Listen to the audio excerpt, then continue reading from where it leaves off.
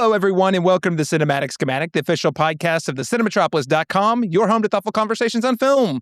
I'm your host, Caleb Masters, and today we are kicking off the domination, or rather, Zendaya's domination of our screens in 2026, this time through the vehicle of a romantic comedy, ? That's right, we are reviewing The Drama, the latest film from A24.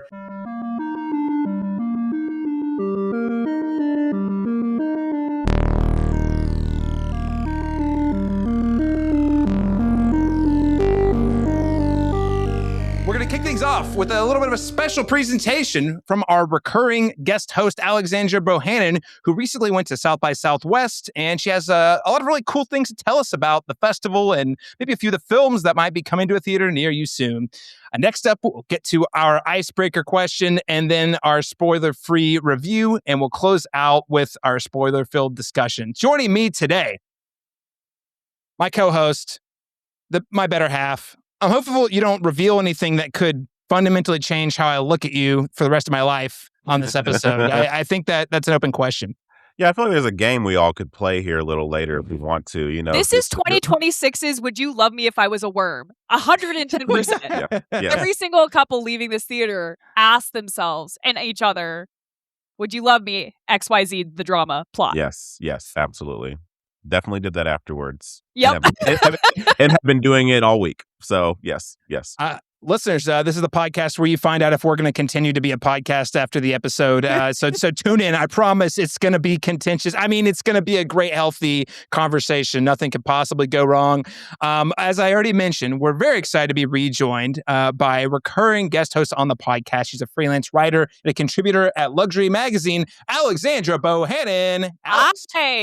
Hi, it's great to be here. I'm really looking forward to choreographing a large-scale bride-groom friend dance, just to really make us feel like we're all at home and in our loving wedding ceremony. So excited to have you. Really excited to hear about your South by Southwest trip and a few of the goodies we can look forward to later this year. Yes. Last and certainly not least, he's one of, actually, according to IMDb, our most popular guest host on the show, although IMDb, maybe not precise. He does, IMDb's has clocked him as our highest frequency guest on the show, the Cinematropolis and Flick Attack contributor. He's also the current vice president of the Oklahoma Film Critics Circle, Daniel Bokemper. Daniel, welcome back, sir. I cannot express how honored I am to be here on the final episode of the Cinematic Schematic. Even if we don't know it yet, I love it. It's been such a journey, and I'm glad I can join you guys and go down with the ship, which is probably going to be inevitable, but we'll see.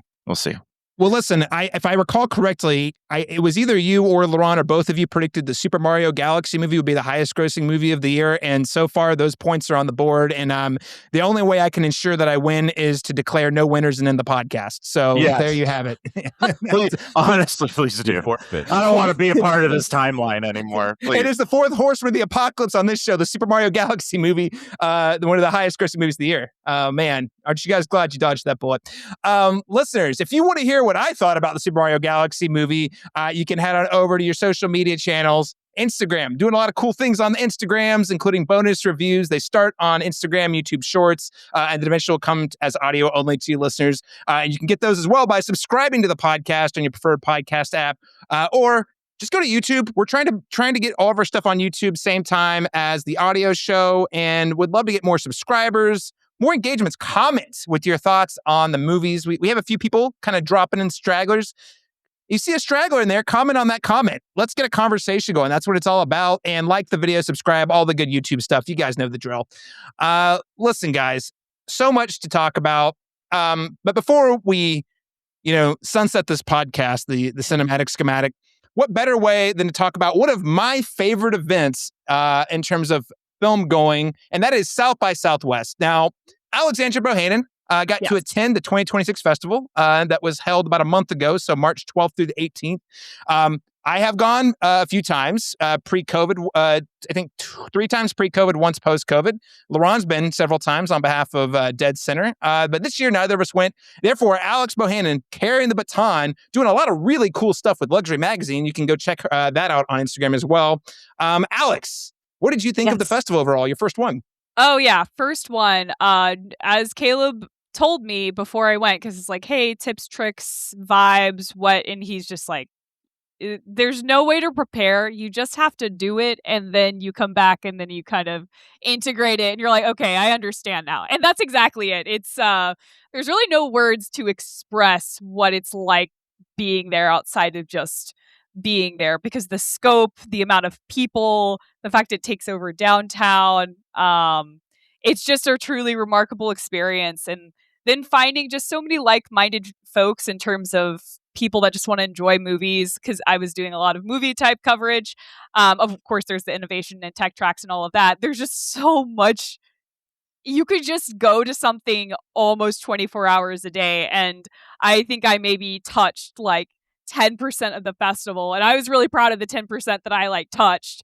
But holy cow, there's just so much that I couldn't make room for. Also, due to also almost physical collapse too. So it was a treat. Like, I'm really excited to have the opportunity to cover it next year, after we send in all of our samples and the coverage that we've produced for luxury. Yeah, you had red carpet coverage, you had stories, you had interviews. I think there's a few things that you're still working on. So, Yeah. I mean, I've seen some people South by Southwest pretty hard for the first time, but you might be taking the cake. So anyway, it was super exciting. I live very vicariously through all your festival coverage. Yeah. Glad you get to see a lot of cool stuff. I know that there's too much to cover here in just one podcast, especially Yes, just a parcel of a podcast. But maybe if you could, what are like two or three of the highlights you'd like to call out for listeners in terms of like maybe some films that they should be looking out for later this year? Yeah, absolutely. My favorite film of the festival, full stop, end of story, period, is a very indie movie called Edie Arnold is a Loser. EDIE, Arnold is a Loser. It is basically Scott Pilgrim meets School of Rock meets Lady Bird. And think of all those things. Do you like those things? Then you will love this movie as much as I love this movie. It has a very, it's a first time, the team behind the film, a lot of them were on a sketch comedy program that was like shot in Utah. I think I don't know what streamer it was on. But they all came together. So this is a first time writer director combo. And it's just a truly remarkable and heartfelt, genuinely funny high school film about Edie Arnold is a loser. She goes to Catholic school. She's one of the weirdos.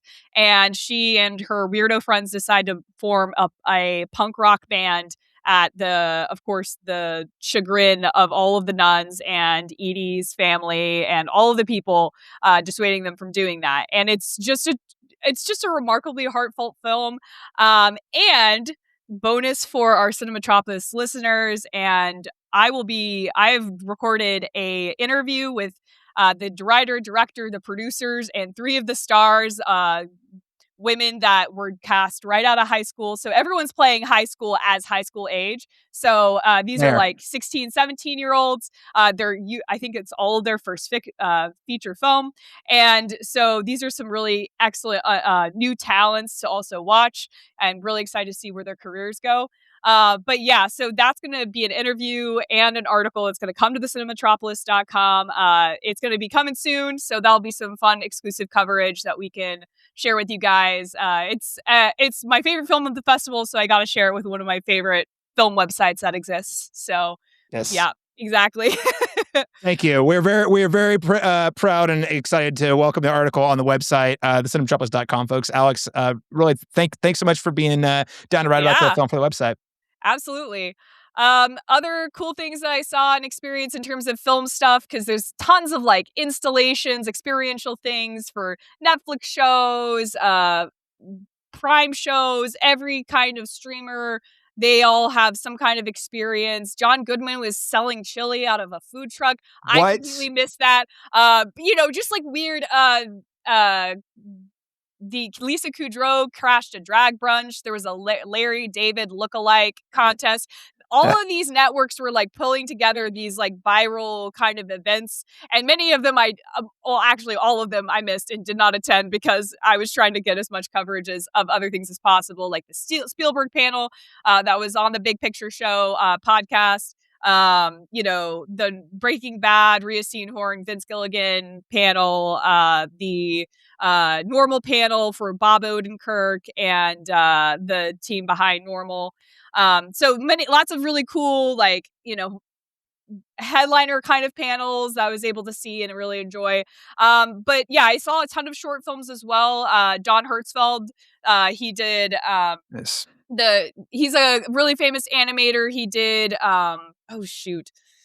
the big no, I can't remember it off the top of my head. But he's been an animator for Pop-Tarts. That's kind of like one of his bigger claims to fame. I don't like leading with that one because, it's like that kind of more commercial work. His short film just played and I was able to meet him and that was really cool.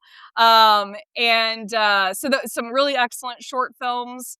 And then what we did a lot of coverage about were 2 films, one of which was shot in Oklahoma. It's called Brian. It's directed by Will Ropp, who's an actor. It's written by one of the writers for Seth Meyers' late night show. And it stars Ben Wang, Randall Park. Oh, wow. William H. Macy, shot in Oklahoma. Really excellent coming of age high school film. I saw a lot of high school movies while I was there. I think there's something I'm trying to work out. And that was really fun to cover. And then a lot of our coverage is also centered around Amy Scott, who's an Oklahoma director. Her latest music documentary, Lainey Wilson, Keepin Country Cool, just came. It premiered at South by Southwest. That's dropping on Netflix on April 22nd. So if you're interested in country music documentaries, female-led documentaries, very cinema verite, not very talking heads. They were on tour with them for months and months at a time. So some really interesting things happen in that film. So we were able to get some red carpet coverage with Lainey and Amy and got to shoot the concert that played after the film premiered. Really, really incredible time, and and that is going to be our cover story for the next issue of Luxury that comes out later this month. So whenever all of these things go live, you can find them on my social media on Instagram by Alex Bohannon, BYALEX BOHANNON. Soft plug in the middle of the show. We'll do it again at the end, but just gotta get that out now. So yeah. Man, that's super cool. I'm excited about the Lainey Wilson documentary, mostly because I really liked Amy Scott's. She's brought a couple of different films to Dead Center in the past. Yes. I think most recently was the Counting Crows documentary. Daniel and I, Bokemper and I saw that one together, and then she had done one was the Hal Ashby documentary. I want to say a while back, and that was both of them are exceptional. I really like the Ashby documentary. So I don't know much about Lainey Wilson, but I'm like, well, I really like that director, and even if it's a subject I'm not interested in, you have my attention just from the editing style and everything. So that's really exciting. It's worth your time. I actually became a big Lainey fan after. I'm not a big. Nice. I have pockets of country music I really like, but she really taps into something that I think is really important. And I'm grateful. I'm glad to see all of her success, especially as someone that was a child raised to farmers in the middle of a town in Alabama that had 185 people in it. She came from, she is kind of the American dream. It wasn't necessarily discovered, but worked so hard to be where she is today. So very inspirational if you're a creative. And even if you're country music, whatever. If you're a creative that wants to be able to see someone that's making it and making it through sweat, blood, and tears and all that time invested, even being a Hannah Montana impersonator for a few years, which is in the documentary a lot, it's all there. I think you should really check it out. Netflix, April 22nd. But no, I'm eager. Listen, here on the Cinematic Schematic and the Cinematropolis, blood, sweat, tears, and passion is all we've got to be built on here. So, that speaks to me. Very eager to check that out. I know, I do want to pick your brain slightly. You mentioned Normal earlier, and only because Normal is actually opening wide theatrically this upcoming weekend. Yeah. So give us the super short review. What is Alex Bohannon's short form review of Normal starring Bob Odenkirk? Well, first of all, let me just say magical seeing it. It's a very heightened experience seeing it with the cast crew and everybody, there. We also saw it in the 35 millimeter in the Paramount. So it was a great presentation. The projectionist, we actually had a projectionist error where they didn't flip it to the next reel. So that, you know, that stuff just doesn't happen anymore. So it made me feel really happy and nostalgic. Yeah, in terms of the film, it wasn't necessarily my favorite film. I'm gonna be real. Like, I'm excited for people to enjoy more of Bob Odenkirk's action movie hero era. I just think that this is not my original review, but this is someone on Letterboxd. Shout out to whoever said this. This is Cold Fuzz, because Hot Fuzz is one of my favorite movies. There's a lot of Cold Fuzz. A lot of moments in this movie are really aped from Hot Fuzz, and I think some of them land successfully. I think some of them kind of are remiss. And but if you are excited to see some really interesting action set pieces, and do you want to know how the Yakuza are involved in all of this? I'll give you that one to chew on. Then yeah, you'll have to see Normal when it opens wide. And I think it's a good, nice popcorn type film, but it didn't really leave me with anything like that I can sink my teeth into kind of lobby talk.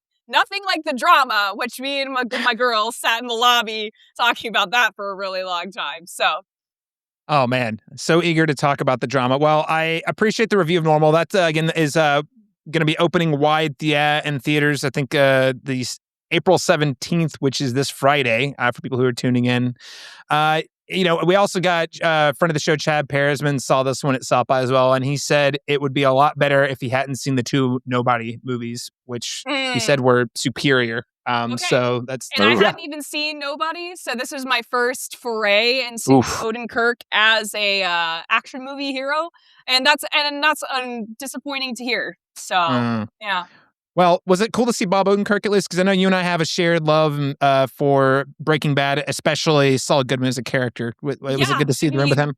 That was, of all of the celebrities, I think he was rushed off the stage from the panels the soonest, because everyone just like the rush to talk to him. Yeah, it was truly magical to just see, this real person talking about this film that they made. The director of the film, I think one of his bigger films was The Meg 2.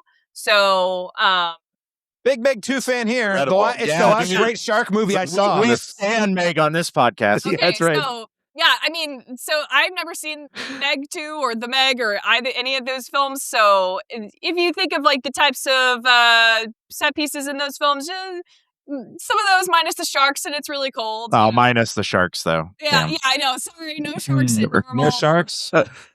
Whatever. Who fucking cares? Yeah. Moving on.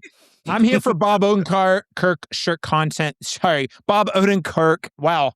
About to trip myself. Bob Odenkirk shark content only here. That's all I want. One takeaway I remember now from that panel is that Odenkirk says that he stays ready, and like he trains with his stunt trainer like 365 days a year, because he doesn't like take an off season from it. It's like one of those, like, if you stay ready, if you stay ready, you stay ready instead of having to get ready. So I thought that was really interesting. I know that he's one of the lucky elite type actors that get to break out of like being in TV box, even though he had like this worldwide successful television show and career so far. It's just it's an interesting chapter of his career for me. All right. Well, Normal. I'm eager to check it out. Hopefully I'll catch that in theaters. If not, it'll definitely be a streamer for sure. So that's going to be opening in theaters next weekend. And just going to say it because I don't, have an opportunity to say this on this podcast often. But, Better Call Saul set the record for most show with the most nominations and never won a single Emmy. The Academy. What the hell? Yeah. Incredible TV, especially like the latter half of that series was what was the competitor that year? I remember it's just like Succession, and then Severance. I remember just swept. Yeah, that's really those are some good prestige TV. Yeah, it's hard when those juggernauts are in the same field, because it's like this is the only time to do this, guys, and then something else. Well, dominate. I just hate it because I love Succession and I love Severance. So like it's not that those shows aren't stellar, but Succession in particular dominated multiple years in a row. And I'm like, come on, guys. And Bob Odenkirk hasn't won one. Let's give it to him. Speaking of Succession, our icebreaker question this week, everyone, is what is your favorite toxic relationship from a film or TV show that should have ended sooner?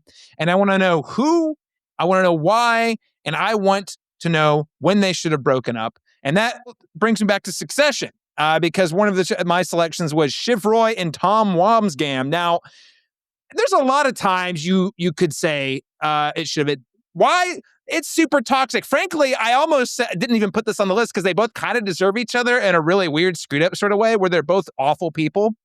And depending on what point in the show you're watching, I'm rooting for one or the other to be the one to break up with the other one. I guess if I was going to pick, you put a gun to my head, I would say it was when Shiv said that she asked Tom if instead of having a child with him, she could freeze her eggs and have someone else impregnate her. I was like, well, yeah, I'm not even saying Tom's a good guy, but he clearly loved her, actually loved her. And that was like, oh boy, dude, just get out, forget the money, get out of town, toxic relationship. So Succession, Shiv Roy, Tom Wambsgans, one of the great television couples from the last decade of TV. Laron Chapman, I'll throw it to you first. Who is your favorite toxic relationship that should have ended sooner? Yeah, I actually rewatched this last night. Weirdly, this wouldn't have been my pick earlier. I had another option, but this actually, for me, takes the cake. It would be 500 Days of Summer. Tom, played by Joseph Gordon-Levitt, and then of course Zooey Deschanel playing Summer. I realized when I loved this movie in my 20s because I was a Tom through and through. Hopeless romantic, the guy who writes the letters and gives the flowers and does all the things for all the wrong people. But now in my 30s, a married person about to celebrate his 4th year of marriage, it's just, I'm realizing more and more that Summer was not the villain in this story. And hated her character when I saw the movie initially and thought, how mean is she to this helpless guy? But to be honest, she was direct and honest with him the entire time. And it seems like he's one of those guys who just never read the signs, looked past it, blinded by love, what have you. She said on their first date, I'm not interested in a relationship. I don't even believe in love, and he ignored that and went along with it and then got his heart broken over and over and over again. But all the signs were there. So when should they have broken up? Probably the first time that she said she didn't want to be in a relationship and that she had no interest in love. So that should have been where that relationship went to the platonic phase of things. But instead, he ignored that and got his heart stomped on repeatedly as the movie went on. So 500 Days of Summer. Great pick. He's definitely the toxic one in that relationship, no doubt. And yeah, I do think the context is healthy. When you watch it as a 20-something who's like, I really want to be in a relationship, you think it totally differently, but you're like, nah, dude, he was the problem the whole time. Yeah, great selection. Yeah. Daniel Bokemper, who is your favorite toxic couple from film and TV? This one's kind of hard, but because I kind of wind up on two. The one that's like immediate memory, and it's just like the movie I can think of, and I'm like, this shouldn't have. The whole movie, I was just waiting for something. And part of me is like, you want to kind of see the toxic relationship unfold a little bit because you think one of the people who really deserves it is going to get their comeuppance. I'm talking about Ari Aster's Midsummer with Florence Pugh as Danny. And I could never figure out, remember his name because I'm like, Chris Pratt adjacent looking dude. But as Christian, but it's Jack Rayner is the actor's name, but and I'm referring to him. So who they were, Danny and Christian, the main effectively the main characters, but it's really about Danny's journey of healing through by way of this Swedish death cult. And way to heal. Yeah, I know. Honestly, it's cathartic as hell. But Christian, her boyfriend, who's going to. He doesn't originally intend to go study this cult. It's kind of a grad trip between him and his bros, and they really just want to go and, guys being dudes, being idiots, basically. And but he feels bad for her because her parents and her sister. Her sister kills her parents and herself while Daniel's wow, away at school. spoilers. Yeah, it's at the very start of the movie. Because it's funny. It is funny. It does feel like a lot to like, yeah. But either way, he's thinking of breaking up with her. He can't help but like complain to her. All of his friends are pushing her, but this tragedy happens, and so he feels, obligated to maintain the relationship for another year, and then that catalyzes the events of the film. Obviously, I think he should have just broken up with her and just accepted that he's the fucking piece of shit.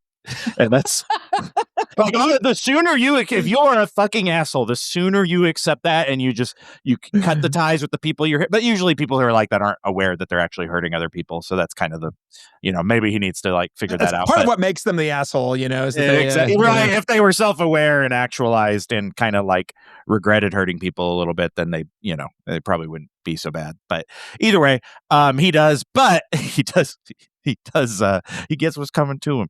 And it's pretty awesome when it does. So part of me is kind of glad it didn't end, but like there's a lot of pain and anguish. So, if these are people I actually knew, I would hope they his comeuppance was actually immortalized between Caleb and Laron, and I'll never forget it. That's true. That's true. I always thought it was a little weird y'all did that, but at least Caleb put himself in the bear suit though, which is Listen, I put myself in the bear suit. I dressed it. I had to get the most out of that costume. At work, we were doing marketing mascots, so I was Smokey the Bear. What else can I use the bear costume for? Well, Midsummer, and that still goes down as one of my favorite. That's a great costume. Did you dust it off again? I say dust it off. Did you dust it off again to be Cocaine Bear? I feel like yes, I did. That's right. I did a Halloween get together with Daniel a couple years ago. I was Cocaine Bear. That's right. That's Cocaine Bear. That is mileage. That's a lot of mileage out of a bear suit. Alexandra Bohannon, who is your favorite toxic relationship from film or TV? I have two, and one is very topical to this movie, and as we will explain why in a moment. But I'll start with my other one. My favorite movie of all time is Vertigo.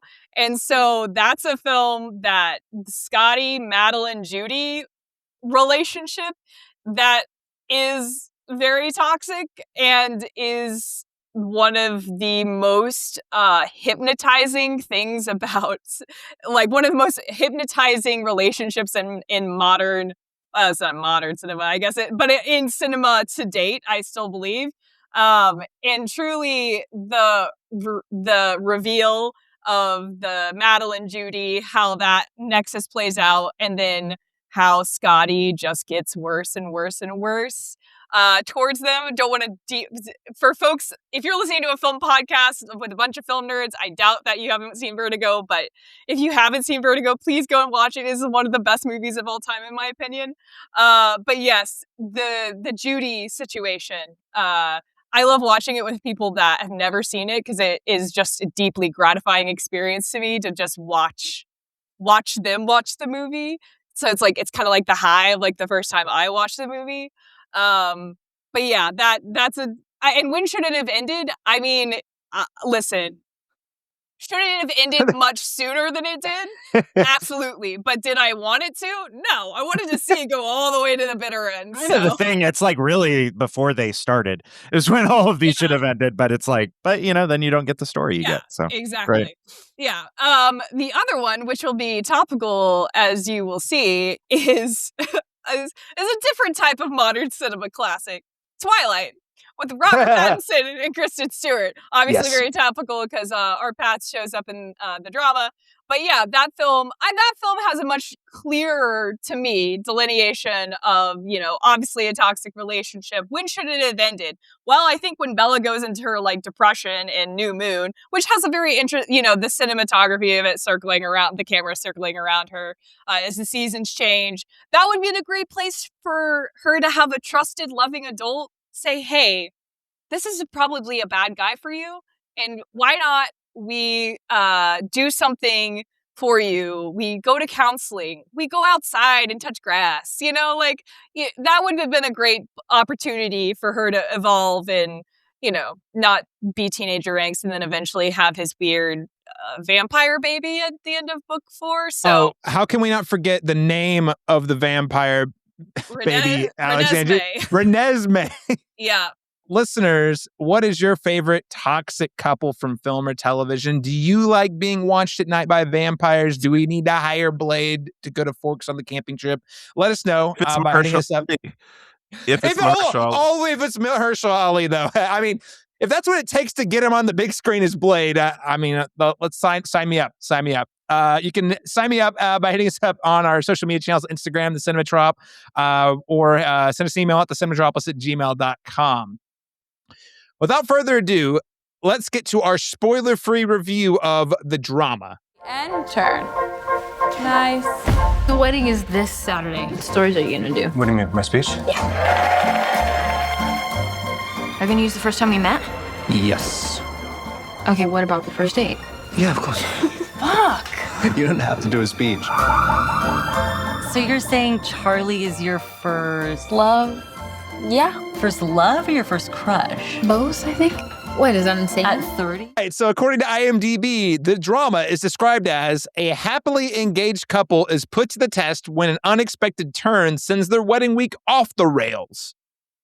That's actually not that unusual. Things in wedding weeks go off the rails frequently. I mean, Laron, you have done the wedding. I think the wedding planning leading up to the wedding is the first test of the marriage. Actually, Yes, I think that's you start to learn everyone's ticks. You start to learn the things that they're hard lines. All of a sudden, everyone has opinions and thoughts and contributions that they never had before. And I'm not going to make this personal, but yes, absolutely, we made it through. I'm 4 years in, guys. Woohoo! Congratulations to the 4 years. Yes. Survivors of the wedding here. Yes. We cheated. We eloped privately and threw a party later, so it took some of the pressure off. Smart. But even the party planning was still, it worked out. We're good. We're happy. It was a fun time. But, the pressure, it goes up and, emotions come out when under pressure. And, it's a process. If you can make it through that phase, you're built to last. That's how I like to look at it. So, listeners, I'll be frank here. If you are at all interested in seeing the drama and you do not know what it is about outside of what I just read off of IMDb, I would actually implore you to stop listening and go watch the movie and come back. We are in the spoiler-free section going to keep it as spoiler-free as possible, but frankly, you probably already have a good idea of whether or not you want to see the movie or not. I'll just say right now that I would tell you to go see it. I'm telling you right now to go see it. So clearly, I think it's at least worth your time. But we're going to try our best to keep it spoiler light, spoiler free. But again, go see the movie if you think you might want to before listening to any podcast about it. There is a certain reveal that is baked into the premise of what makes this movie what it is. We are not going to reveal what that is in our spoiler-free section. However, if you want no inkling of what that is, then best to just tune out. So a few fun facts about the film. The drama is writer-director Kristoffer Borgli. I believe it's his fourth film following his Norwegian films. I think Sick of Myself in 2022. He had another, I think it was either a short or feature before that. He had his American debut very recently. A lot of listeners might recognize his name from Dream Scenario. Yes, that is the film where Nicolas Cage kills everyone in the world while they sleep in their dreams, and he does not understand why. He did Dream. Oh, yeah. okay. Yeah. Totally, this all checks out. Yeah. This film stars Zendaya as Emma Harwood, and what might be the biggest year of Zendaya's career yet. Let's name it off. We've got the drama kicking us off. Just this weekend, actually today, we're recording, but it'll already be out. Euphoria Season 3 is now airing on TV. We have, Spider-Man, whatever Spider-Man 4 is called, whatever it's called. There's no home in this one. Is it brand new day? That's right, yeah. We've got Dune. See, the Odyssey first. Oh, the Odyssey. We can't forget that. Yeah, the Odyssey. She's back to back. She's in the Odyssey, and then a week later, she's in the Odyssey. She's in the Odyssey. Well, guys, the Odyssey, and then 2 weeks later, it's Spider-Man. And then and then of course we get her in Dune Part 3, aka Dune Messiah. Not totally sure, but higher than 50% chance she also shows up in Avengers Doomsday. I'm still not sure because they actually haven't announced any Spider-Man characters in that movie yet officially, but there's a chance. There's a pretty good chance. So Zendaya, where she's going to be everywhere this year, ladies and gentlemen. And the drama is the perfect film to kick it off. We also have Robert Pattinson, who's also having a year because he's also in The Odyssey and also in Dune Part 3. Yeah. He plays the groom, Charlie Thompson. We have Alana Haim as Rachel. You probably know her from Licorice Pizza a few years ago. And this is Mamadou Athie, I think is his name, as Mike. Really like this guy. He did a sci-fi Netflix series a few years ago that I really enjoyed. Got canned after one season, but he was excellent. Now, this film, we're actually reviewing this a couple weeks after it came out. It opened on April 3rd. It was budgeted at $28 million. Now, good news for this movie, in its opening weekend, it opened at number 3 at the US box office behind the Super Mario Galaxy movie and Project Hail Mary, which grossed $14.3 million. This was A24's third biggest opening behind Civil War, which grossed $25.7 million its opening weekend, and the recent Marty Supreme, $17.7. So that's just its opening weekend. Better news, because the data just came out for the latest weekend here. This movie is estimated to have made $65 million worldwide to date, including $10 million in its second weekend. So it's got legs. This is great. It's a rated R romantic comedy that's got legs. She's a movie star. We can say Zendaya is a movie star. Is a draw. She is a draw. Absolutely. And there are not very many movie stars left. So to see a next generation movie star show up that genuinely puts butts in seats. Such a treat. All right, everyone, here's the real test. Can we review this movie without spoiling the elephant in the room? We're going to keep it really light, really short. Alexandra, Bohannon, what are your overall thoughts on the drama? I had a great time watching the drama. So there is a big reveal thing. An exciting incident. Yeah, maybe I'll save that section It's about 30 minutes into the movie, by the way. It's not immediate. It's not like 2 minutes in. It's about 30 minutes in. Yeah. Right. Maybe I'll actually save that story for the spoiler section, because even talking about that would imply things that are not true. I'm trying really hard, Caleb. I love this challenge. Where was Caleb 2 weeks ago? Well, when this movie came out, to tell me not to listen to any podcast, because literally all of them did this exact same thing. It's how do we talk about this movie without talking about this movie? Okay, this may be a great thing to talk about in this section. If we think that, and sorry if this spoils notes later on, Caleb, but is this movie still effective if you have that thing spoiled for you? Like, if you're just a watcher and you go into it. I think so. Yeah. How if the big thing keeps it, I don't know. If that would, I'm curious to know everyone's thoughts on that. I kind of wonder what its shelf life would be. I have had a friend that's watched it twice. My thought, I think this is the best kind of plot twist, because it's not a twist is a strong word. It's not even really a twist. No, it's a very key detail that really shapes the rest of the movie. Once you know this bit of information, and I don't think that it takes you knowing or not knowing actually changes what makes the film great. Yeah, it's way more fun to discover it. I will be very clear. I went in with watching as little marketing material as possible, and it was a ride. But I don't think you need that for this to be a great movie. I think the movie actually has a lot of great. I don't want to get my, but has a lot going for it outside of just that. There's whoa, that was shocking. Yeah, I can definitely say this. I am someone who inadvertently was spoiled with this movie. Okay. And I'm a little gutted about that, to a certain extent. I did I did as much as I could to kind of shield myself in terms of anything. If I saw a review going into weird territory, I was like, nope, not going to finish this review, because they'll say at the top spoiler free, and I intentionally looked for those kind of buzzwords to try and make sure I could actually read this, because I was just so eager to learn anything without it being revealed, Yeah. But something happened, and where a headline, how you have those news little notifications, and a certain, and we'll get into it in the podcast later, because I saw one of the questions alludes to this, but who the person was that was offended by the movie, it gave me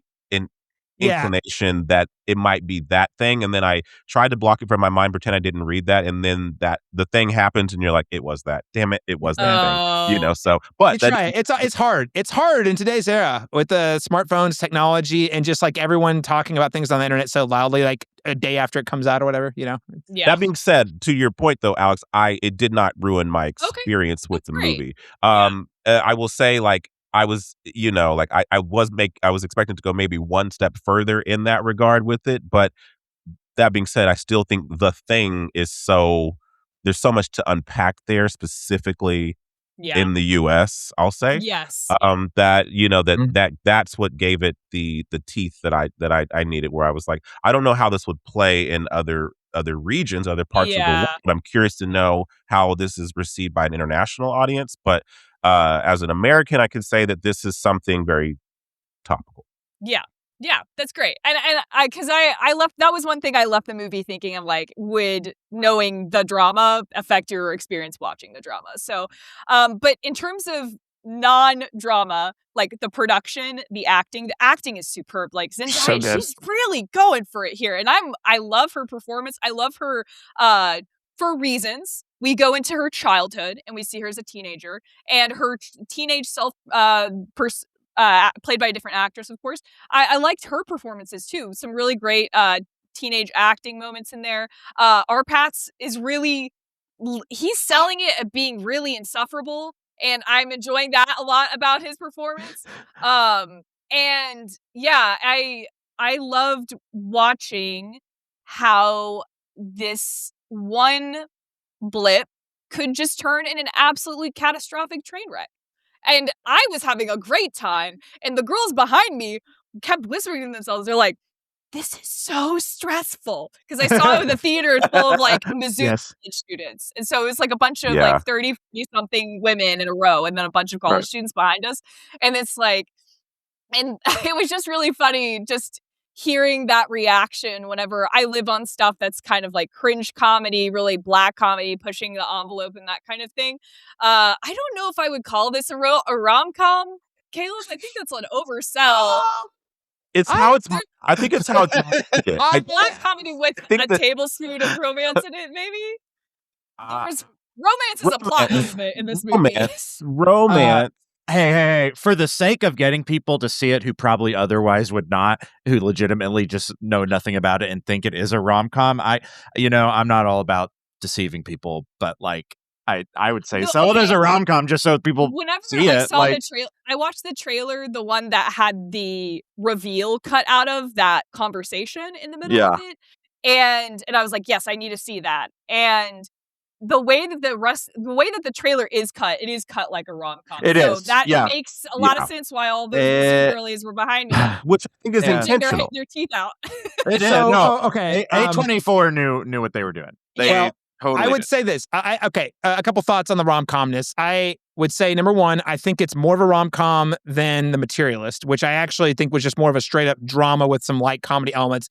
This, I actually think, follows structurally a lot of beats that you would see in a rom-com, just executed in a very different way with a very different tone. It is not a rom-com like we grew up with in the 90s and the early aughts. It's not that kind of thing. No Sadie. No. Manhattan, guys. It's not that. No. No. It's not Fool's Gold. It's It's not How to Lose a Guy in 10 Days. It's not one of those. I'm just saying, I think structurally there are, from start to finish, I think there are things that are true about both rom-coms and this movie. And I think the comedy, I actually thought this movie was deeply funny. I thought this movie was 100%. Hilarious. Uncomfortable. A lot of the humor was coming from, it is stressful and uncomfortable. It's dark comedy. It's dark. It's like, but like coming from a very dark place. I'm laughing, but I'm also like nervous inside. Like a little bit still. There's an interaction that Arpats has with a woman in a wheelchair that is that one had me gripping my seat.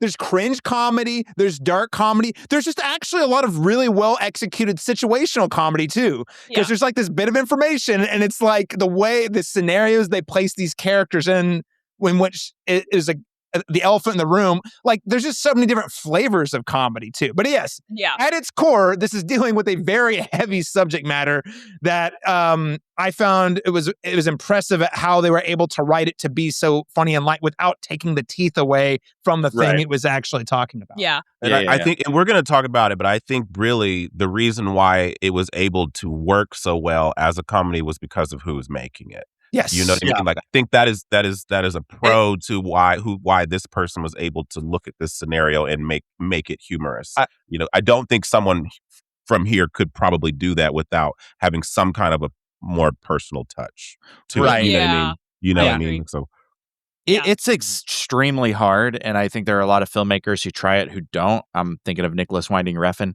off the top of my head, that who is a good filmmaker. I'm not about to say he's not, but like, I think it's very hard to be meaningfully provocative and provocative strategically and in a good way without being like cruel, you know? Yeah. And I think this film, well, and people will probably disagree with me, but I don't think this film is cruel.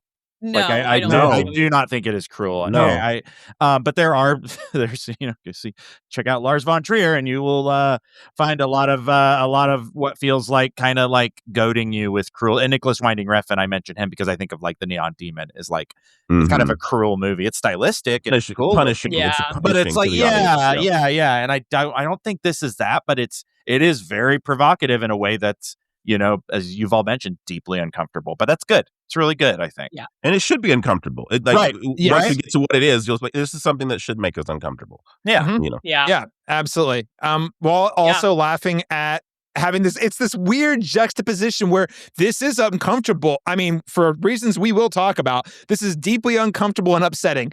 Simultaneously, in the context of like these people having to work through this thing days before their wedding in this framework that they have, they just find so many ways to make it really funny and weirdly relatable. It's crazy. Yeah. It's crazy. Go ahead, Caleb. Sorry. I was just going to say, though, to your point, Alex, Zendaya, movie star, Robert Pattinson. I mean, these are two generational talents making it look really easy. You want to know why? Because it's really, really hard to do. Yeah.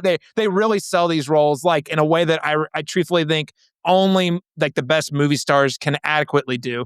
And also shout out to Alana Haim. I've not seen her in much. She's we have all met her. Oh God. We both know someone that is her, Caleb. Yeah. We oh God. Yeah. Just having experienced that person, and it's like, wow, she like hit the nail on the head of being so easily hateable as a person. Yes.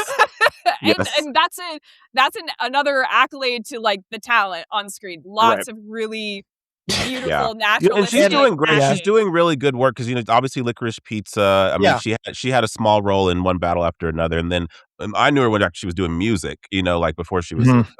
So it's just nice to see that she's actually becoming a really good character actor and working with some big names and some big filmmakers, artists, and you know, co-stars as well. So and also just like I can never overappreciate this enough, but like good acting, acting is a culmination of a lot of things, but with this film in particular, you're going to pay attention to faces.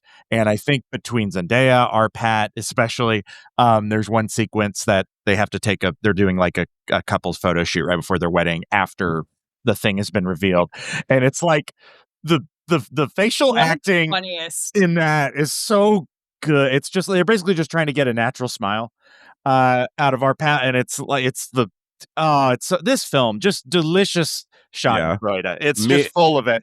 And dude, that whole sequence with the photographer was hysterical. I couldn't stop laughing. To me and said, "This is us, isn't it?" When after an argument and people tell us to take a photo together, we just look at the camera, and pretend that we're not, you know, we're not uncomfortable, right? But yeah.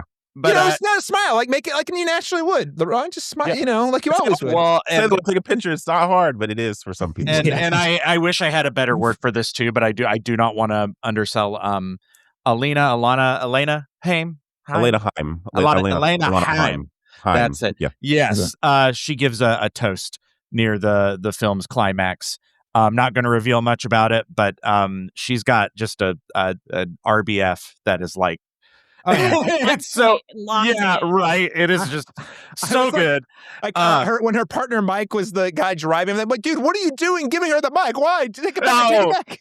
No, I was actually flabbergasted at her attendance. Actually, yeah, that's the thing, right? And yeah, there's like only the and you mentioned believability, Caleb, and you mentioned realism, and I think this film does some things so well that there is a few moments from, and again, I don't want to like delve into it because it's hard to like explain it without spoilers, so I'm going to kind of evade it, but I'll just say it vaguely that it does. I think it has a realism and a believability about it, that there are certain instances where there is characters' reactions that to me felt just a little unbelievable, to the point where I'm like, okay, maybe like I found myself not being as bought in all the time. Dream Scenario kind of like had that same problem. It's like, oh my God, it hits so well, but then there's just like a blip in the characterization.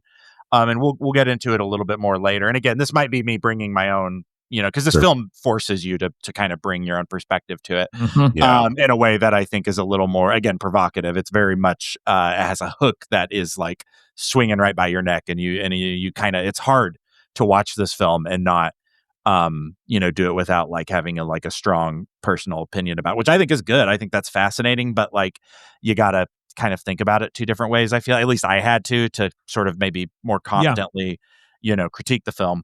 But I will say there are just a couple moments where I'm like, it like felt just a little stilted, but it's like writing that line, and it's so difficult to do. So it's like, it's hard for me to critique it, but I think there is just some moments with the characterization and how these like characters react that I'm like, it's not so far out of the realm of disbelief, but it does feel like it's a little forced, like just a little forced in a way that I didn't completely buy it all of the time. Again, it's not a huge problem, but there is some issue with characterization that I'm like, every once in a while it felt a little odd. I also just think like narratively, I like how the film proceeds.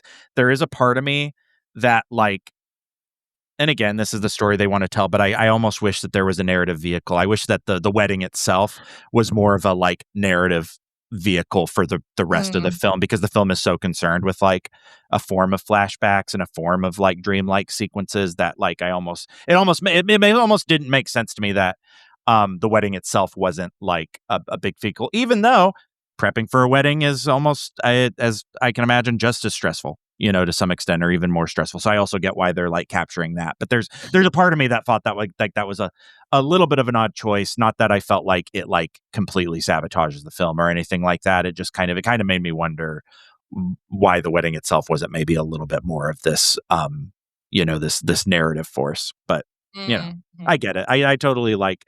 I can see it both ways. It's just for me that felt a little. I don't know if I find myself kind of wondering why not.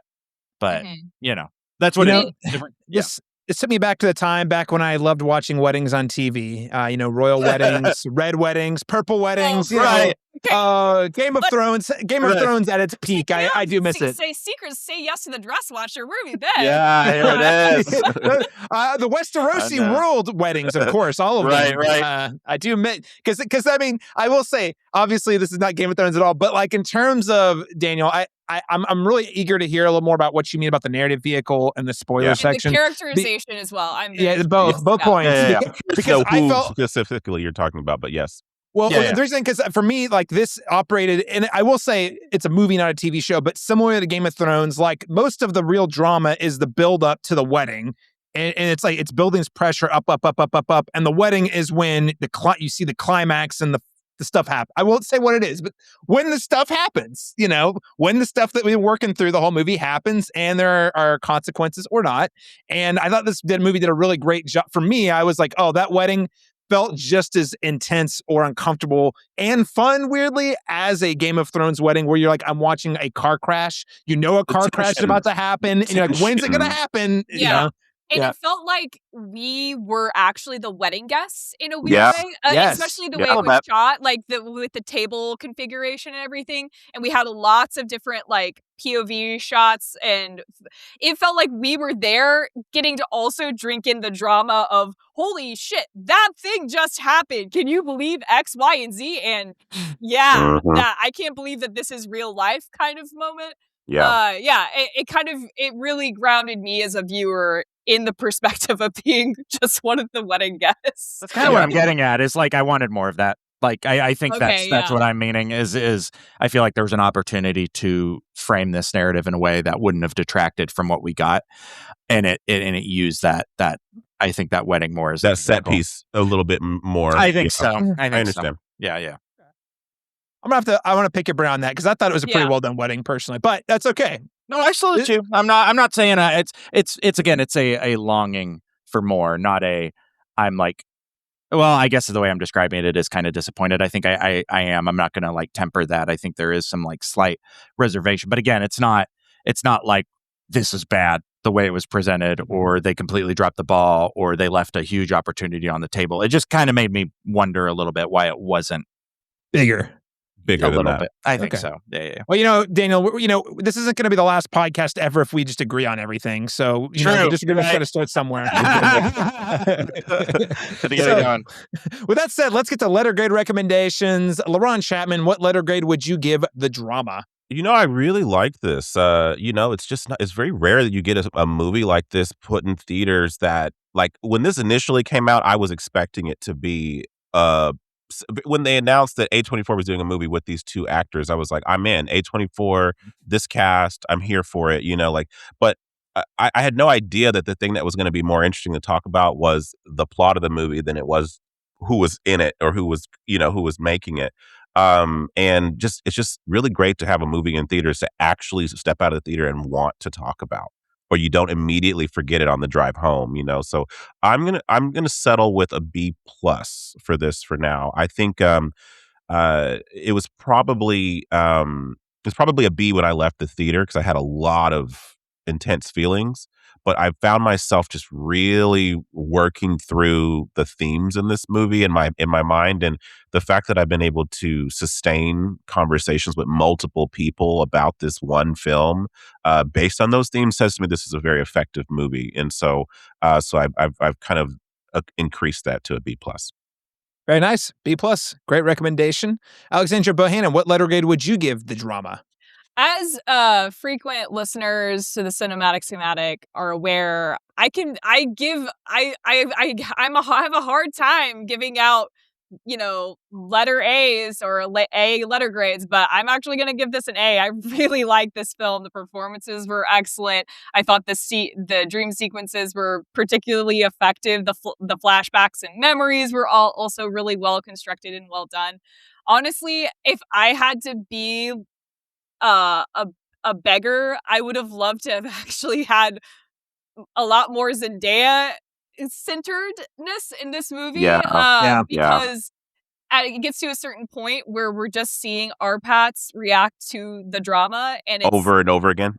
Yes, yeah. And so I would have liked, actually, now that I'm talking myself into an A- from just saying that, because I really wanted to have like more of that centering of her perspective, because I think those moments where we understand more of her experience growing up and why the incident of the drama occurred, I thought those were particularly poignant, and it's definitely reflective of where we were at in the society. And yes, the sustained conversation. I have talked to people on Instagram about this movie. I've talked to my friends a lot about this movie. I talked to my partner about this movie. Like, everyone's getting an earful about it, and I just can't shut up about it. And when's the last time you saw something in theaters that was very evocative without being cruel? Yes. I love the way y'all framed that, because it is it's a very tough line to tap dance on. It's like walking on the nice edge, is being able to hold those two ideas in contrast. So and I'll get into stuff that I think is in a similar tonal realm as this, but doesn't actually handle it as skillfully as this film does. So I'm settling on an A-. Just give that woman some more juicy stuff to sink her teeth into, besides Arpat's clutching his pearls over and over and over again over this one event. It's hilarious, but at some point, Yes, but all right. That's my take. The movie definitely, they're both the main character, but Arpat, especially in the second half of the movie, there's like a good third of the movie where it's definitely like he's the center of attention, and then they bring it back at the wedding where it kind of but you don't ever really get as much perspective from a pure POV. Yeah. I think that's a really very fair criticism. Yeah. Daniel Bokemper, what letter grade would you give the drama? Yeah, so like when I emerged from, I mean, it's positive. Ultimately, I really liked it, but I needed some time because I was like kind of all over the place after we watched it. But I think to Alex's point, the conversation that this film kickstarts, it's like I mean, every now and again, bad movies can like you'll talk about them still in a way that I think is still productive. I'm still talking about the Super Mario Galaxy movie, Daniel, every day. True. I almost like I have some keys right here. I was gonna be like, jingle, jingle, jingle. Here's a Star Fox. Here's your Star Fox. Everybody remember Star Fox? You love Star Fox? Do a barrel roll. Do a barrel roll. It's just, is it just anime intro. Hello. That's all. Yeah. You're fine. I haven't even seen it yet. I'm just like, sorry. Yeah, no, you're good. You're good. I'm right. The drama, right? Not Super Mario Galaxy. That's what I'm giving a grade for. Yeah, I went all over the place and it was probably like in the solid B rate. There's moments of this film where I'm like, this is cooking in a way that I really, really enjoy. I think the same with Dream Scenario. And I feel like if I had to rate Dream Scenario by the end of it, it's probably kind of solid B. This one I think is better. I think it's superior. And so, I feel like sometimes when I break down my criticisms, I'm sounding real harsh. I don't mean it. This is like it's a very good film. And again, the things that I find maybe come off as a little bit unrealistic and unbelievable are pretty like, it's like blips, I guess I should say. Otherwise, beautifully shot. Man, you put somebody next to or in front of a window and they're just a little off centered, and I'm just like, what does this mean? What are they trying to tell me? What is he trying to tell? What? And this has that in spades, and it does a lot more of that too. And really, like, I love the God, and just a lot of really good there's so much to like about this film. So it definitely outlives its like the twist, twist, the thing that we don't want to spoil. I even knowing that, I wouldn't have cared. I still think this would have been a pretty interesting movie. And for that right now, I'm saying B+. I think I'm going to go, align with Laron pretty hard on that. I mean, there's again, some things that don't quite push me to being as high on it, as Alex is with an A-, but like it's pretty dang close. Like I mean a film that kickstarts a solid conversation and a very interesting conversation and a pretty uncomfortable one, more than likely. That's for multiple. It's uncomfortable for multiple reasons. Yeah, for multiple reasons. And again, isn't cruel. It's just it's real. And I'm gonna guess there are probably a lot of people who, after watching this film, probably haven't. Maybe they're thinking about something in a way that they haven't before. And as uncomfortable as that is, I think it's ultimately a good thing. I think it's necessary, a really, really good thing. Yeah, it is. And it's hard, but life's hard. You don't grow if you're always comfortable, True. You don't grow. And that's what this is. I feel like, I love challengers, but this movie, a little more challenging than challengers. I almost feel I'm not just saying that because Zendaya's in both of them, but like, I feel like this is the film that's kind of the challenge, but man, is it a worthy one. Like really, really is. So yeah, I'm saying B+. I go see it in theaters. And yeah, keep giving this director work because I'm just so curious where he's going to go from here. It's got to be good. Well, good news. This movie's making a lot of money. So I'm confident whatever his next project is, it will be greenlit at A24, if not somewhere else. Yeah, you guys have already said it all so well. The conversation, I think, is really the most powerful part of it. And on top of that, it's just it sounds so bad when you say it's a fun time when you know what it's about. But like, I watched this I was very surprised too. I watched it the Thursday after, so a whole week after it had been out. And it was a pretty packed Thursday night theater. Like I would say 2/3 full. And we were all on that ride together and having that sort of like communal experience where we were all kind of on the same page. Yeah, like Alex, you're mentioning whispering. I heard a lot of that. Laughter at the same time or different times, but then other people would start laughing because like, oh, it's okay to laugh at this part. Like it was a great theatrical going experience. I think the conversation and what the movie's about will give it staying power. Certainly in my mind, I haven't stopped thinking about this movie since I saw it, and I don't think I'll stop thinking about it before the year's over. And ultimately, it's just so great to see a movie for adults. This is a rated R movie. for adults. And I say for adults, like, it's not that it's like crazy vulgar or anything. It's just about very topical subjects that are for adults to think about. Yeah, in a mature way. Yeah, in a very mature way, a sensitive but mature way.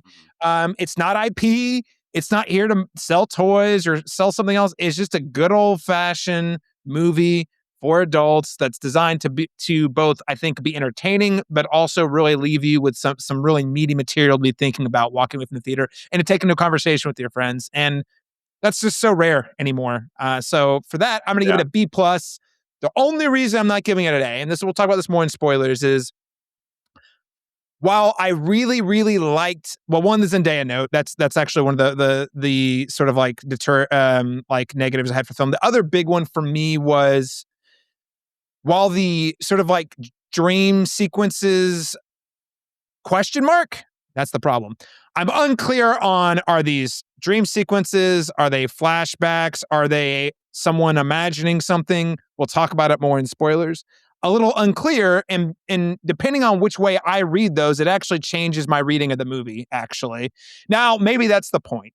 So that's why it's not really like a big blow to the film, but it's a thing that I'm like, I'm not really sure what was intended here, personally, for me. But overall, B+, highly recommend. What else would we recommend to listeners who are interested in watching the drama or enjoyed their time with the drama? It could be a movie, television show, novel, any other form of media.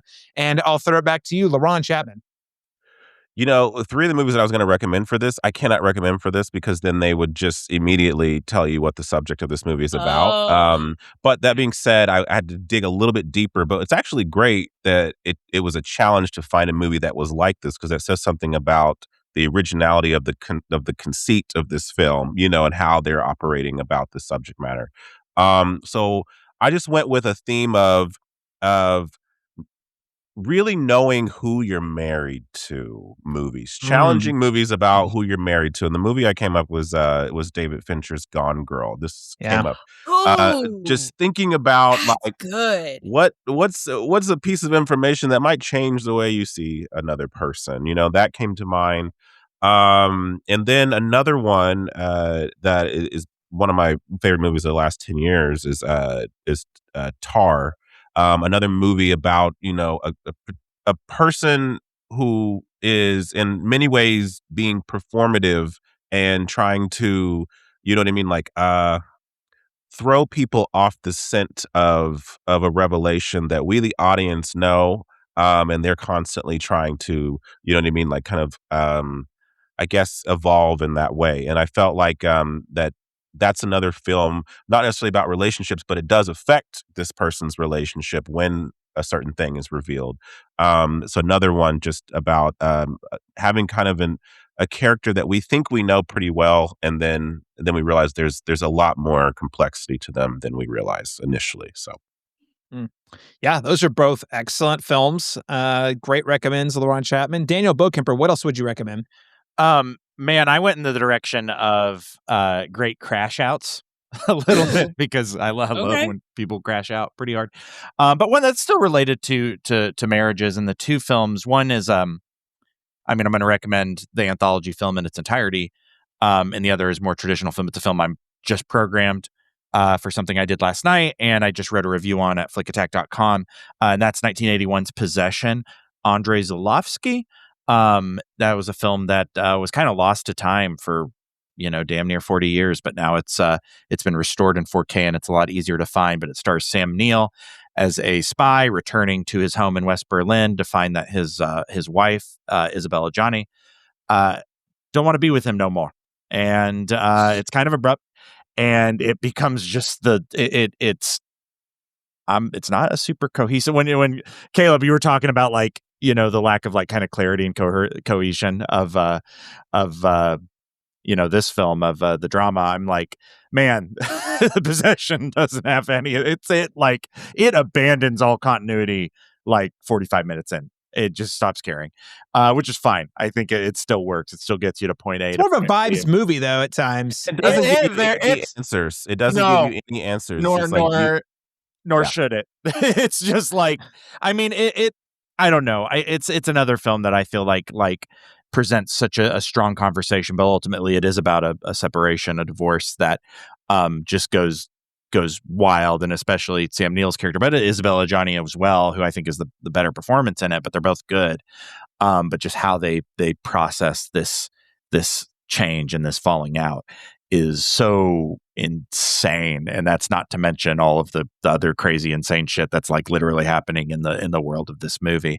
And it's also just really close to my heart because it's about Berlin. I like movies about East and West Berlin for whatever reason, even if they're fucking batshit insane. But you said there was a 4K restoration. What is it? How do you watch it? How do you watch it? Well, you beyond just buying it, Shudder I think owns the rights right now, and by extension, I believe Amazon Prime. I might be mistaken there, but I think I watched it on Shudder. Shudder for sure. Shudder was the one that kind of made a big deal about it. And if you like Joe Bob Briggs and The Last Drive-In, which just announced that it's being canceled this year, so they're doing a few holiday specials.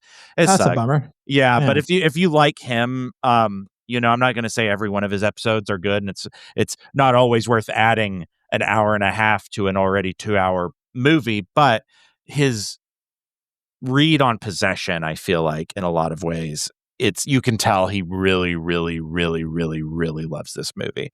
And those are always my favorite episodes, is when he's like, not just trying to dig for trivia, but he's actually, you see the John Bloom or Joe Bloom shift out. Joe Bob Briggs is really a character. Ultimately, he's just been kind of living in it. But in this, you see the actual film critic who isn't just hamming it up, emerge from him when he's talking about this film. And I think that's pretty cool. I like that. But check it out on Shudder. You can buy the 4K restoration as well. I think Amazon has it. They'll at least take your money to rent it if you're looking for that. So, but the other one I wanted to mention was it's an anthology film out of Argentina that came out in 2014 called Wild Tales. And that film is in its entirety is about people who are, at odds with one another. Some of them are, in a romantic relationship. Some of them aren't. But the final film of those, the final short film, I should say, of I think the 6 that are in there is all the titles are in Spanish, but this one translates to Until Death Do Us Part. And it's about a woman who basically discovers her husband, who she literally just married, like during their reception, she gets word of his serial infidelity, and the woman who is his most recent mistress, chick he's sleeping with, is at the wedding, and she's not crazy about that. So and yeah, right? I'm like, are you sure? What? I mean, distinguished guest. Does it change anything? Right. Yeah. So she crashes out pretty hard, and that's good to see. But the whole film, I mean, watch the whole thing. But that's the final chapter of Wild Tales again from 2014. But like that one, it's such a good one to end on. But they're all really great. And then finally, we've got Haim in here. I like Haim's music. I also like Twin Shadow's music. Haim and Twin Shadow collaborated on a track in 2018 called Saturdays. It might just be Saturday. I can't remember if it's plural or not, but I think it is Saturdays on his 2018 album Care. And it's just it doesn't relate to anything in the drama whatsoever because it's really bright and bubbly and kind of fun and uplifting. And so, yeah, tonally a little off, but again, still a really good track. So every time I see any of the Haim girls in something that isn't Haim itself, I have to recommend it. So that's Saturdays. I think it's attributed to Twin Shadow, but it's a collaboration between Twin Shadow and Haim. Very nice. Yeah. A trio of recommendations there. Thank you so much for those. Alexandra, Bohannon, what would you recommend for people who are interested in the drama? My first recommendation would be, especially season 1, would be White Lotus. And that was getting at my idea of, I feel that White Lotus at times, well, a lot of times, it can be very cruel.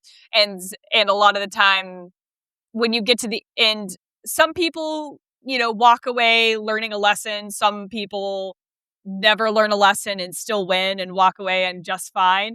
And so seeing that kind of more reflected back at you, I felt like the most recent season 3, there was a couple characters that I was like, oh, I wish they had gotten a better ending, and that's unfortunate. And then these people are just fine. Or are they? So I think there's a lot of interesting things with marriage and infidelity, especially in season 1, where you have the Alexandra Daddario subplot where it's like interrogating who am I actually marrying when I see an element of their real character come out, and then what roles am I expected to play now as, their spouse. Because I think that this was their honeymoon, so this was like post-wedding and stuff. Post-wedding.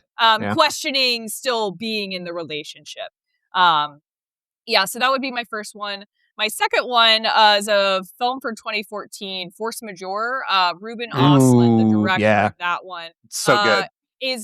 Has a similar kind of like, we've got a Swedish film and we got a Norwegian director, right? But then we have this family going on vacation. Something happens, and then it just changes the rest of the movie. Yep. And so I thought that it's a force majeure, you could say. Yeah, with the marital tensions exhibiting in that film as well, it could be a nice companion piece to this. Another one that I haven't seen it probably a decade, so I can't really speak to what I remember of the tensions, but I remember it being a very tense ride as well. So I thought that could be a really nice companion piece for a very... It would be like a cinephile's rom-com night, but not one that you would sell to maybe like folks that are not initiated into into this kind of movie that we're watching. So those would be my recommendations. Force majeure. If you've had recent familial trauma in your therapy come up, maybe don't watch it right after that. Amazing. I think Alex, such a good recommendation. That's an excellent recommendation. Alex, I want to say we did that. We way back in our Good Trash Genrecast days, we did that one with the Good Trash crew, and I seem to recall being like, "Damn, this movie is really upsetting me in ways I didn't expect." Also got the nice, the red bearded guy from Game of Thrones is on there. He is. There's always a Game of Thrones tie. So always, they're everywhere. You can't escape them. Wow, you guys' recommendations are way better than mine. I'm just gonna go low key. If you want to feel better about messy relationships after watching the drama Crazy Stupid Love, it's a crowd pleaser. It's got Emma Stone. It's got Ryan Gosling. It's got Steve Carell, and it's about how inherently messy relationships are, whether it be when they're new, when they're old, or when they're blooming. I thought it was a movie that really encapsulates what love looks like at the different stages. And it also does a really fun thing where it sort of like intertwines all these subplots together so that you have a similarly climactic moment later in the film that feels kind of like a train wreck that you just can't stop watching. So that was a lot of fun. Way lighter though, not dealing with anything too heavy. But if you want to feel a little better about love and marriage afterwards, check that one out. If you really want to experiment with toxic relationships, please don't do it in real life. Why do it in real life when you have the Mass Effect trilogy now available on PS4, PC, and all Xbox consoles? Listen, if you got to get the demons out somewhere, go play all these characters, and you would not believe some of the places you can take this relationship drama in this science fiction game. No, the games are not inherently about the relationships, but they're kind of about the relationships. Did you romance Ashley? I have to know. Who haven't I romanced in that game? Was she your first, though? Yeah, she kind of was. Yeah, okay. I probably have a little bit of a type. Yeah, but you can drive romances as far as to genocidal outcomes if you really want to go that route. So toxic relationships, you want to mess around with them, do it in a video game. Not if you romance amazing. Tally, dude. The obvious choice. You romance Tally, everything's Tally is good. Pretty good. It's true. She is one of the best. Completely lost on this, but it's interesting. I had to do a triple take. I was like, is Caleb talking about Mass Effect right now? Mass Effect, yeah, man. Mass Effect. It's like Star Trek. It's a Star Trek science fiction trilogy game series, amazing game series, role playing games, and it's the romance is a part of the game, but you don't have to do them to save the galaxy, but that's where the fun is. Let's be real. Okay. All right. We're going to get to finally, an hour and a half into this podcast, we are going to get to the spoilers, the good stuff. You're a big cop. Really funny. Really funny. What do you mean I'm funny? It's funny, it's a good story. It's funny. You're a funny guy. What do you mean? You mean the way I talk? What? It's just, you're just funny. It's funny, the way you tell the story and everything. Funny how? I mean, what's funny about it? Tommy, no, you got it all wrong. Anthony. He's a big boy. He knows what he said. What'd you say? You're right. Funny how? So you still here? Okay. Well, we're getting into the spoilers. So there's the way I kind of broke it down. If you guys feel differently, we can get into it. There were really two main ideas that you really need to interrogate with this movie. There's a lot of things, but overall two, if I was going to boil it down. We're going to talk about the first one, which is what to do when you discover something bad about your partner that fundamentally changes your perception of them. So the drama's main premise kicks in around 25, 30 minutes in when Charlie and Emma are sampling food and drinks for a wedding with their friends, Mike and Rachel. Again, I love that you took the time to set up this relationship. You had their whole meet cute, their whole thing. It was great. Yeah. And then you get to this scene. The wedding is less than a week away. All of them are a little bit too intoxicated, and then they start playing the game. What's the worst thing you've ever done? And when pressured to respond by the group, so we have the other three people who've all gone through with their stories. Emma then reveals that she had once planned a school shooting that she never went through with. The temperament of the conversation changes immediately with Rachel, Miss Alana Haim, taking direct offense immediately, given that her cousin was paralyzed because of a school shooting. So really, the film we're watching is the fallout from that conversation leading up to the wedding. So the film is exploring sort of the unraveling of Charlie and Emma's relationship leading up to the wedding in light of this information. I would say it largely emphasizes Charlie's point of view, though you do get some of Zendaya's bits with Emma here and there. The film really, I would argue, the film is really not only just testing Charlie's commitment to Emma, but also putting the audience, us, in the hot seat to kind of ask yourself, well, how would I respond if I found this out about my partner a week leading up to the wedding? And I want to stress to you, again, I sort of cheated. So Laron actually has the best perception of this. Wedding planning is hella stressful because you're like, well, you could, you find out something that close to the wedding, just don't do the wedding. Guys, this is a Woody Allen lifestyle. These people are probably dropping like $200K on this wedding. The deposits are in. The checks are cleared. Like, it's too close to just pull the plug without there being very impactful sacrifices being made. Yeah. And, not to mention the actual personal sacrifices of having to notify your family members and all these different things. So I say it to say it's a very high pressure situation. You are in the lead up to an incredibly high pressure moment in your life in which all eyes are on you. The most important people in your life are watching you. And again, these are people who seem to be very well off. So imagine that pressure is even higher. So all that said, what was our initial responses when Emma shared the worst thing she's ever done? And Alex, I'll actually start with you. Yeah, so my initial response to her sharing that was, well, first of all, let me tee up that in my screening, I went and saw at our local nonprofit theater, shout out Ragtag Cinema, downtown Columbia, Missouri. And every time we have a screening, we have our projectionists step out and do a little calendar of events and a little bit of a curation, like, hey, this is the movie we're heading into. And our projectionist, Alice, she asked us what we thought the drama was. And so everybody volunteered what they thought that drama, the thing that everyone's freaking out about was. I thought that Zendaya had done a hit and run and vehicular manslaughtered somebody. Another woman thought the same thing as me. I'm trying to think of any other notable examples. But yeah, we were all obviously wrong. Nobody's this is a school shooting, right? I would say that the initial response from Emma's perspective is that unlike Rachel and unlike Charlie, who actually committed and went through with these things, Mike's was kind of a nothing burger, not a big deal, situation. But there's Rachel like locked a special needs kid in a Yeah. closet in an RV in the woods, and they had to send out a special rescue team to go find him when he didn't come back But home. Alex, they found him. It's okay. It's totally okay. They found him.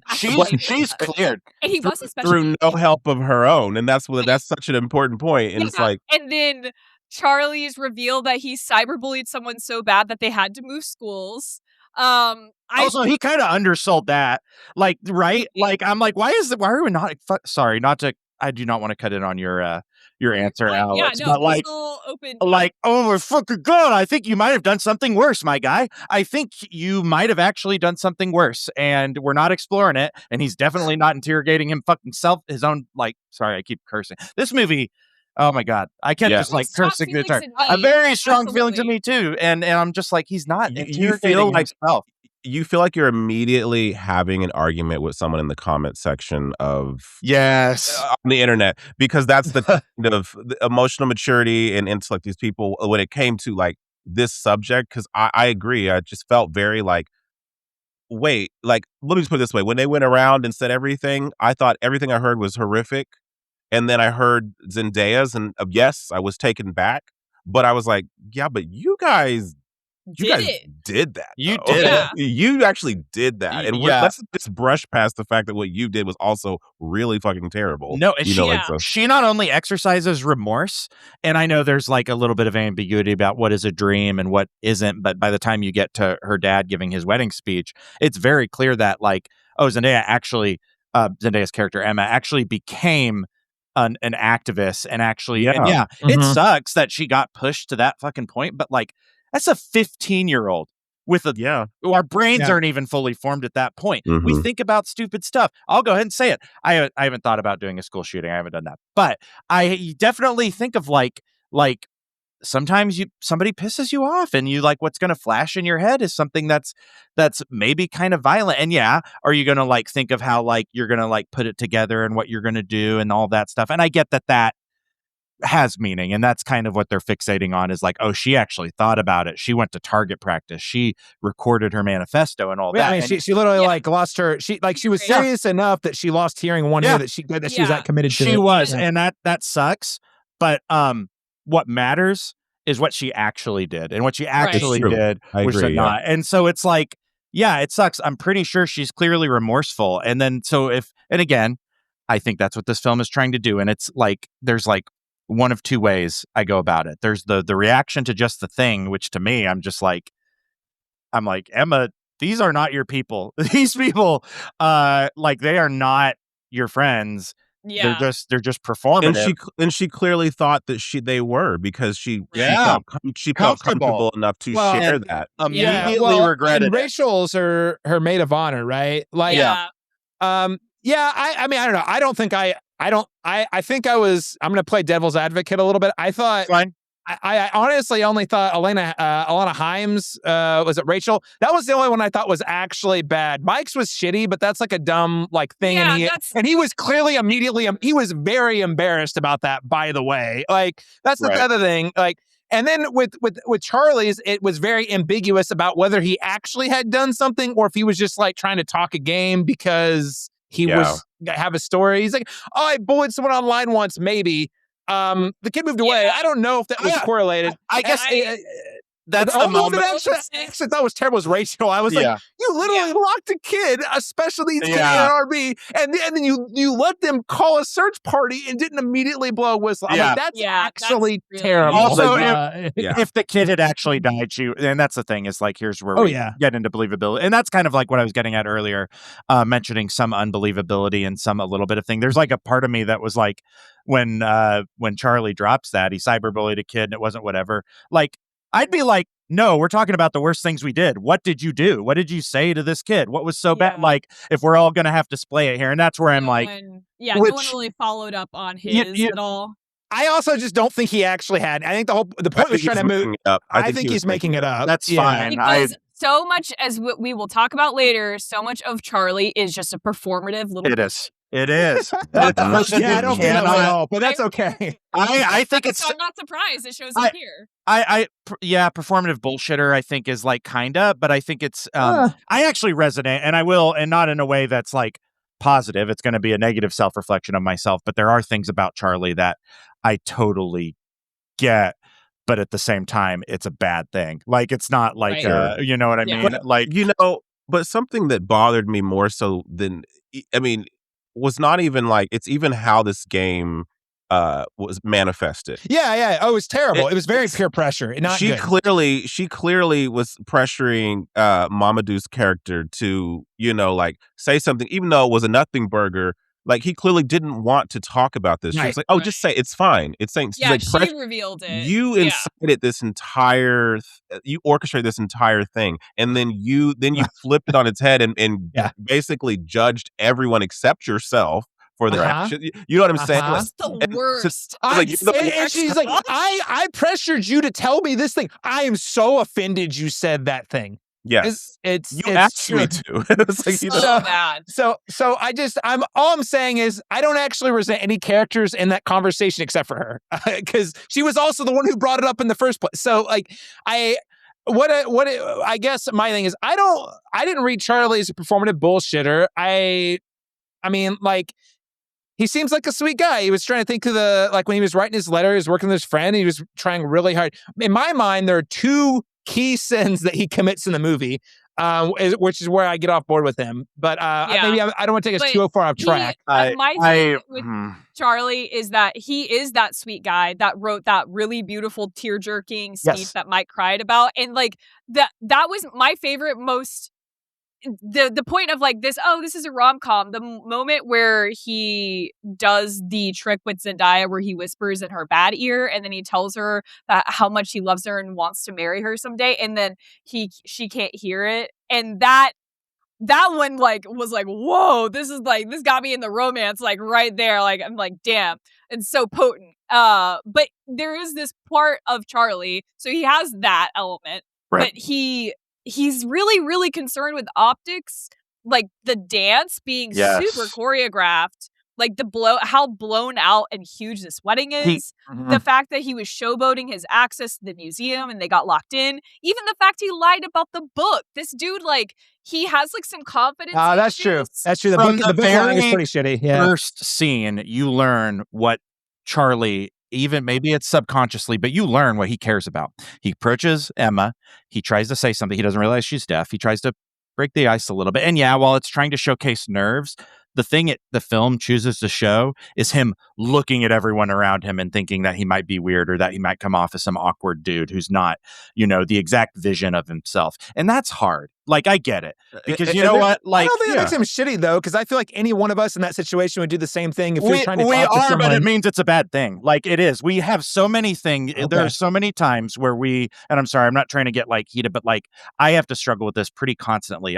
Coming onto this podcast, sometimes I always want to think, oh, well, what if I say this joke? Or what if I do this? Or what if I do that? Or what if I do... A lot of self-producing. There's a lot of self-producing things. And I think there is, in that speech, there is this idea where he's like, well, this is the perfect vision, and I've got the perfect plan, and I got to perfectly outline it, and I've got to perfectly execute. And it can be sweet. I am not taking away from the fact that he is trying to do a sincere and an honest thing. But unfortunately, when we try to over-prepare, we compromise our sincerity. And that's where we start to sabotage ourselves. I think, man, I don't know. I know. Okay, I don't agree with that. Some people, this is where I'm not that way. I'm not that way, but I know some people that preparing is their love language. And like, I'm serious, like that is their thing. And that does not mean you can say it's produced, but like that is their way of showing affection. And that doesn't make it less authentic.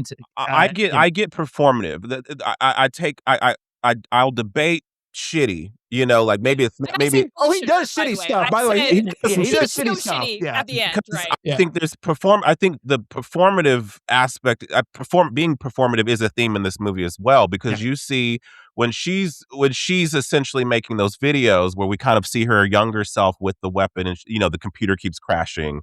You know what I mean? God, that was hilarious. She's in character as the whoever, and then the thing crashed, and immediately she retracts back to being that 13-year-old girl who really wouldn't do this, or maybe wouldn't really do this. We don't know.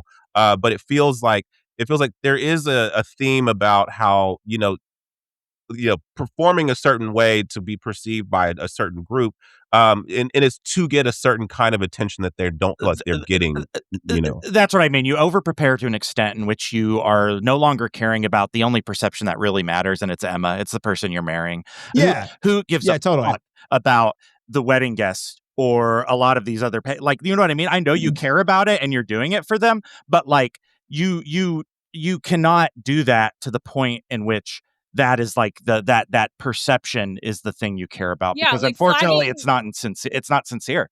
It isn't. a DJ conversation. That also. too. Yes. Like who cares? Who cares? Oh, I thought I saw my DJ do heroin. Well, this might ruin my entire wedding. A DJ fucking dropping the ball shouldn't ruin your entire wedding. If it happens and it sucks, but that's life. That's life, and life isn't perfect, and you just have to accept those things. So the fact that like he's just freaking out because like, oh my God, she almost did this thing that was like terrible and I don't know how to fathom it. Like I get you're going to wrestle with that a little bit, but the fact that is like compromising your entire and this is what I think what the film is maybe trying to do, because this is where I was talking about earlier. I'm like, I had to look at it two different things, because when I look at it one way, I get like this, I get pissed off and I get like worked up, and that's not the emotionally mature thing, probably. The other way I look at it is take the mass shooting, take the school shooting element out of it. Just think about that, and let's think about it this way. What is the one thing, or multiple things, there's probably multiple things, that she could have said in that moment that she had, and for me, it's more like, with very few exceptions, it's more like what could have done, not just what you might have done. Or yet you maybe tried to do and you didn't do it successfully or unsuccessfully. Like there's a few things we can think about it. I'm pretty sure Mike mentions like pedophilia or something like that. And it's like, okay, yeah, it's kind of hard to reconcile that one. That's where I thought it was going. That's where I thought it was going. Oh, really? It was that. When he said it, I was like, I thought that. You violated a child, or when you were of a certain age. I think the hit and run thing, I think when Rachel was kind of teeing it up with I didn't kill the kid. I almost did, like they found him and he was fine. I also kind of thought like what you were getting at, Alex, like, oh, she like killed somebody. Right, but on accident. Yeah. Maybe. Yeah. You have to figure out what to do with that. Maybe, but that's kind of where I have to approach the film separately. And this is where I find like more grace for Charlie than I just gave him, is that I think of it like, what is that thing that would have made me react in a way where I'm like, oh, I don't know if I can marry this person, or I don't think I can marry. It's going to be different for different people. And it's going to be different for exactly. everyone. Yeah, exactly. And there's some people, and I don't want to like understand, because I'm speaking pretty flippantly and probably out of turn at how I'm like who cares? Like she didn't do it. There's a part of me that feels like they build up like a redemption arc too, in a way that like, it makes me care even less. It just makes me think like her friends aren't great, but I'm not that, like, that's, you know what I mean? Like that there's a scenario where that would, where Rachel, where maybe Rachel is validated. Like there is that possibility.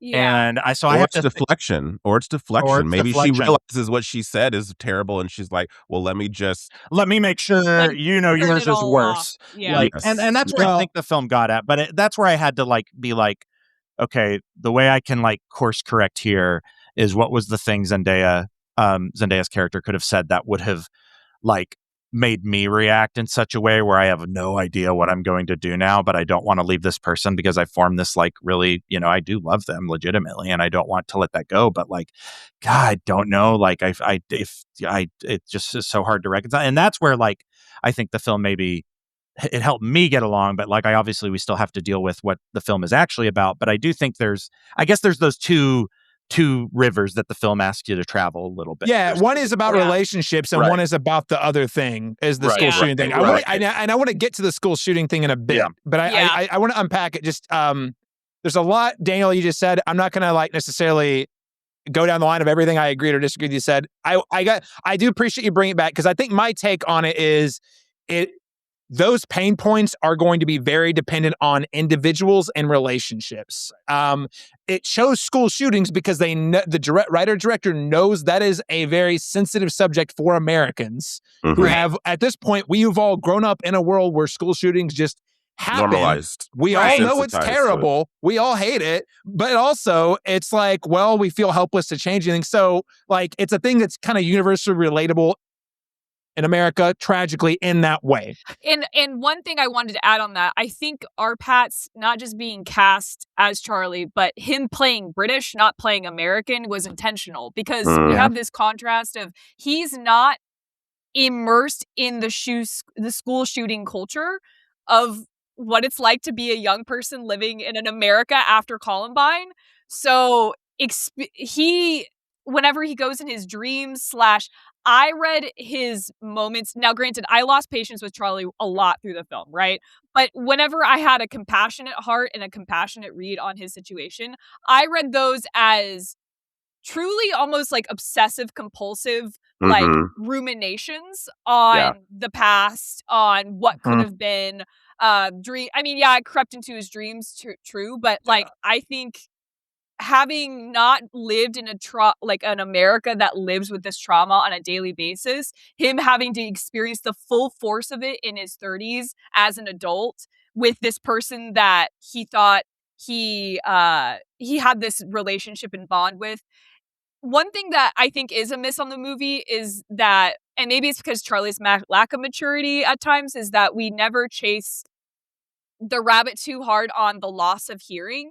Because for me, actually, if I were in the shoes of this couple, I would be more betrayed that I was lied to about this really important piece of this person's life and their life story about how she lost her hearing versus all of the noise around it. I thought that might come up more later about the loss of trust, more about the lie about the hearing, not so much, it's the school shooting, and all of the swirl. Yeah. The way I read it, I read that as Charlie. I did think Charlie seemed to that I don't know, the way I read into it. This is my reading, was that was part of what took him off guard, because like, wait, I thought I knew this about you, and it's not true. And okay, now I've got to go. What, you did this thing, and then like you said, experience it. Yeah. Now the other two people, though, I think you guys, as you guys point out, they're not really her friends. And that's the other thing. She's sort of like the outsider in this group. It seems like she doesn't have a lot of friends. That was something me and my wife talked about afterwards. It's like she isn't really.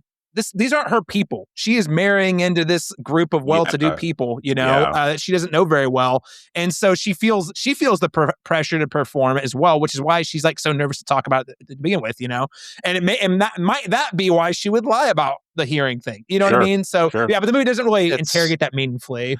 Yeah. But just to genuinely answer the question, like, what would my reaction be to it? I think my first reaction, there's no universe where I wouldn't have been taken aback by the sudden revelation of that. I think that's a human response, but I'm a naturally empathetic person, so I feel like I would have probably say, let's table this conversation. I think that's probably a little too deep for this moment, babe. We'll talk about this later. And then we would have had a long, like, meaningful conversation at home where I would have tried to unpack, now, why did you have those type of feelings? Because I've played a version of this game with my friends over the years. We didn't get this deep. It was more everyone sharing their by the end, we were all kumbaya, and everyone felt a little bit healed by it. So that's why the weird juxtaposition to the way her friends react, it was like, man, these aren't your people then, because that's how they should be. If that freaked them out, oh my God, why were you in a position that you felt like you wanted to do that as a teenager? Not,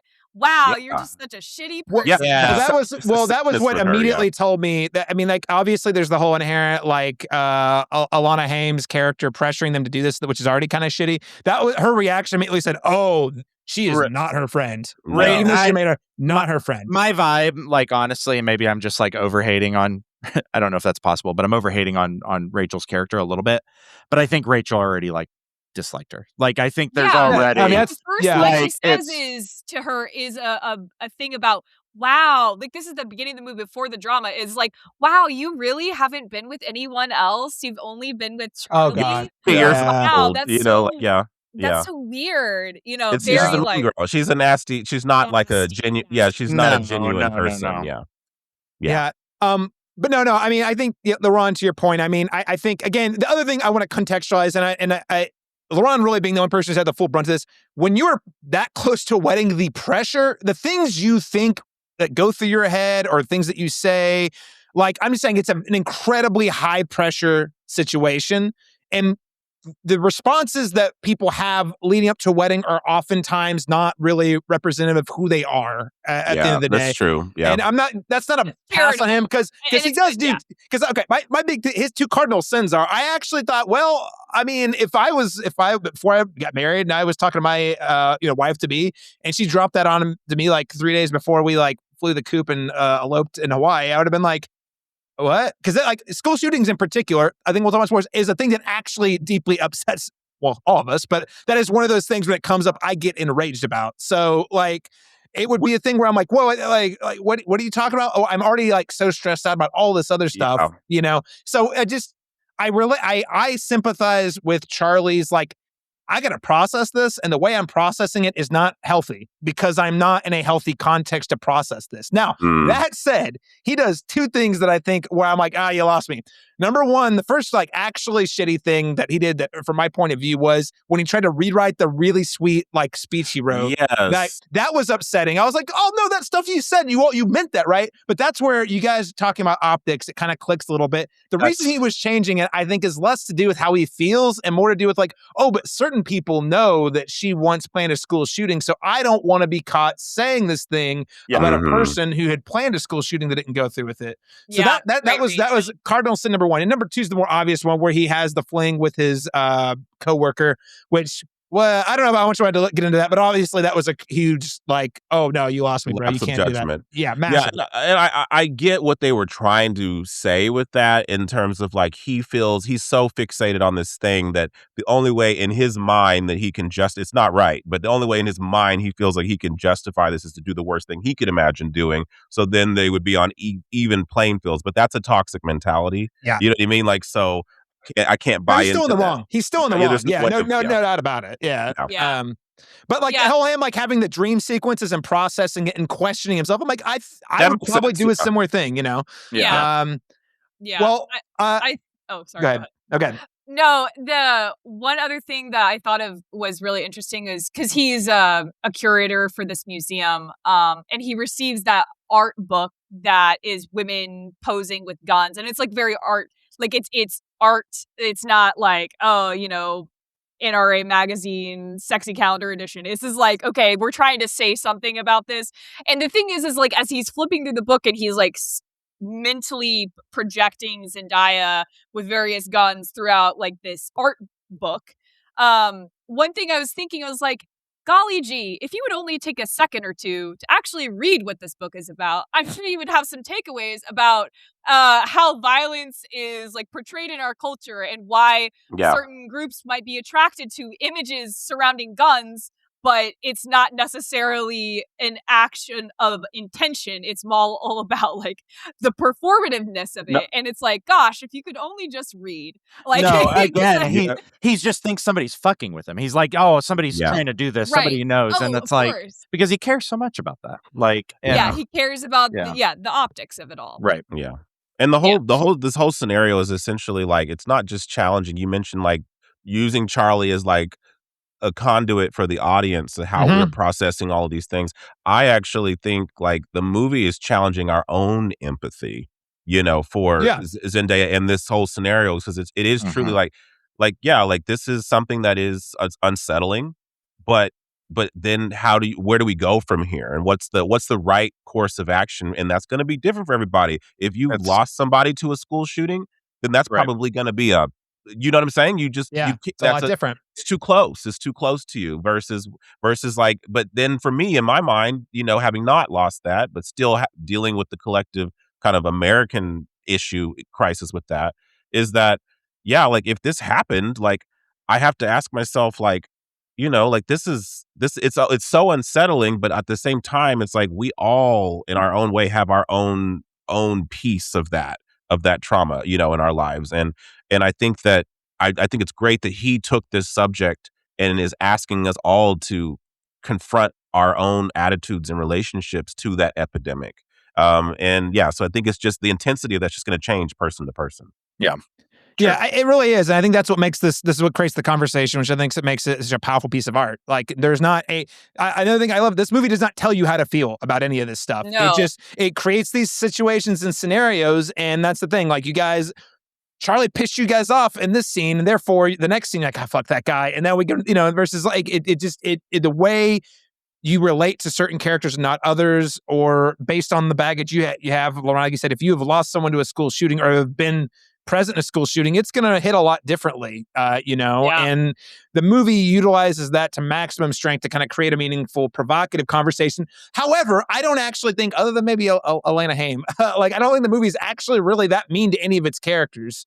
Like Charlie, it's pretty sympathetic towards Zendaya, incredibly sympathetic to her. Like the movie is like, she tries so many times throughout the movie to make this right. Like, hey, let's just start. And in fact, one of my favorite things about the movie, kind of bringing it back to the way they end it, is he says in his little letter, the best gift she ever gave me was a second chance. And she multiple times throughout the movie tries to give him a second chance, and then we bring it back at the end at this really, really sweet reconciliation that, stretches credibility or suspension of disbelief, but it was a really sweet moment that sort of speaks to how much she loves him, even if he doesn't deserve it, And also how much we as people like weight these things, like, because the thing about it is, we said at the top, like, she didn't do this. That's such an important thing to point out. It's like, she didn't actually do this. So, you know what I mean? Like, but we still put it, like, how are you ranking the terrible things if one thing didn't actually manifest into something? Well, I thought it was funny, that conversation he had with his coworker, for me, that was like the really interesting question with her, which is like, she's like, well, then why didn't she do it? Her car broke down. I don't really know. Like, and I don't know. I think it was probably by design. The movie doesn't really meaningfully get into the why she didn't do it, other than that she just changed her mind. And I think for a lot of people, that's the unsettling part, right? She did. They do get into it, right? Yeah, that's like a huge subplot. Is there was a school. Now, granted, I don't know if this was fake. Well, there was a different school shooting, but like, right. Shooting at a mall. There was a mall shooting. A mall shooting. Another mass shooting. Yeah, and then just experiencing like the trauma counseling and the bonding. And she, to me, my read was that she was wrestling with what this would mean, seeing the outcome of her violence, of hypothetical violence. And that's what pushed her to activism, ultimately. Yeah, and she got them to not sell firearms at the Walmart. At Walmart. Right. Well, that's the other thing when you speak about the actions, is the fact that she immediately pivoted to activism. I think worked on herself. That says a lot. It says a lot more about her character than what she didn't do. Right. Exactly. Absolutely. Which no one cares to ask. It's like, so you didn't do it. Now, how are you doing? And how did you get to a place where this is something that they don't care about that. It's all about the let's just judge the thing and not judge where you are removed from that thing all these years later. And it's, to me, like, it's kind of a similar indictment of larger questions about what is like restorative justice and like in the criminal justice system. Like, do we actually think, now obviously prison in America is totally screwed, but it's like, when we hope we're actually rehabilitating prisoners to be contributing members of society after actually committing violent acts, do we let them exit that? As a society, do we want them to actually be contributing members of society? Like, I mean, obviously from policymaking, you can kind of see what is their redemption arc for them. Yeah, exactly. Are we all really open to saying that they did their time, they're back into society, they could be better? And some people do not think that. Some people want a lot of people in this country don't think that. You did a thing, you deserve to be punished, and that's it. And also, we'll never let you forget that you did. I mean, this is the classic Les Mis question. Can people change? Which, again, to your point, the movie demonstrates that she did not do the thing she thought about, and then leapt into activism. But I think, to your point earlier, you guys brought up about the appearances. Also, this is a very wealthy crowd of people. I don't want to get too direct. There's very Woody Allen influence on this movie. I don't really want to put that curse on the movie, but it's present. Yes, but also ooh on acting. Yeah. I didn't say the spoiler-free section because I don't put that curse on the movie. But I'm just saying, like, these are he works at like a museum. Anyway, these are very rich people living in a very expensive city. All I say it to say, though, like, it kind of makes sense that they're all super judgy about appearances. Like, oh my God, you once thought about doing a thing that's so taboo when another person actually did a thing that's way worse. That's not like a taboo subject, so it's more permissible, I guess. Sure. Yeah. Sure. Yeah. I don't know. What did you guys think of how the wedding brought everything together? I feel like I like it in a screenplay sense. Like I like the idea that all these threads do come to a head. We feel the mounting tension as an audience. We've seen all these different pieces come together, and like it's a very uncomfortable to see like how are all those things going to unravel and how it's going to affect things moving forward. So I like that from a screenplay standpoint. I do think there is somewhat of a contrivance towards the way that this movie kind of neatly sews everything up, but I do think that it's a necessary, like from a screenplay standpoint, if I was writing, is like it's a necessary way because we've gone through so much at this point. All I really want to see is these two people reconcile in a meaningful way. I just don't want it to feel so clean to the point where like this did just happen a week ago. So there's still a lot more work that we both need to do on ourselves. Yeah. I think it kind of does that, but I do think that the wedding itself, to Daniel's point, that those things do come to a head, and I do think it's still a fun set piece. The obviously the speech is really from Alana Haim kind of set some things, and then obviously the revelation of him cheating and all these different things coming together. The dad's speech with the DJ, with the DJ, the socket blew up. That was really funny. Oh my gosh, yeah. That scene where everyone's like dead or like everyone's massacred, like that little vision of that was very haunting. That's something that stood out to me. To your point, Daniel, now that we've kind of started talking about the wedding, it is. I liked the sleight of hand from like that screenwriting perspective of we've been teed up this entire time that we keep cutting to these dream sequences or obsessive ruminations. And then we cut to, it's the wedding. And we think it's going to be one of those other ones. And then it actually, no, this is the wedding and the wedding has happened. And then now they're taking pictures and it's over. Yeah. Right. And that was a great little sleight of hand. And I think it was a punchy and effective. But I do wonder, to your point, Daniel, how did Arpats get through the ceremony? That's kind of where I'm at, is it's like that went other than just autopilot. And it's like, we're going to go here. How did anyone actually get through the ceremony? Yeah. Like, one would assume the that vows, he wrote his vow. Well, and it's a film. Well, and even if they did get through it, regardless of how they did, people don't say their vows to each other all that, I mean, it's weird, but it's not weird. Let's put that out there, because I've officiated weddings where people weren't comfortable doing it. And so it's like, and I had to like say them for them. And I don't think those people are like weird per se. It's nerve wracking. Yeah. So I think of like one of those situations like that, where they're just like, everyone's just kind of looking at each other, and then the officiant does the pretty much everything. The heavy lifting, yeah. You're right. And then they kiss. Even so, like I said earlier, and this is what I get at like missed opportunities, the facial acting is so good in this movie. Mm-hmm. Mm-hmm. Would that not have been the perfect opportunity to get some of the like best facial acting from everyone? Mm-hmm. Again, well, I don't know. But like from a screen time perspective, though, if you have to pick between doing the ceremony and doing the reception where the speeches are, which one do you pick? It doesn't have to be the whole ceremony. That's the other thing. I think there's a way to get a little bit of both. You are right, though. I personally, I love I like a good crash out. So that Charlie's speech at the end is an ultimate crash out. Yeah, so painful, so funny. It's almost like he's going line for line on his original script and just like obliterating. It's like every point. The sex is fantastic. Did you guys ever? Have you ever played like Indigo Prophecy or Heavy Rain? Heavy Rain, Heavy Rain, and it's like there's the like you have to press the right button at the right time, and it to me it felt like one of those. Button every single time he's just like tripping over himself and stuff. It's it felt like one of those, and I don't know, and I like it. Like I like that sequence. It's just it does leave me longing for a little bit more. And to Laron's point too, I know this is after the wedding. I actually like the end. It's like for some reason.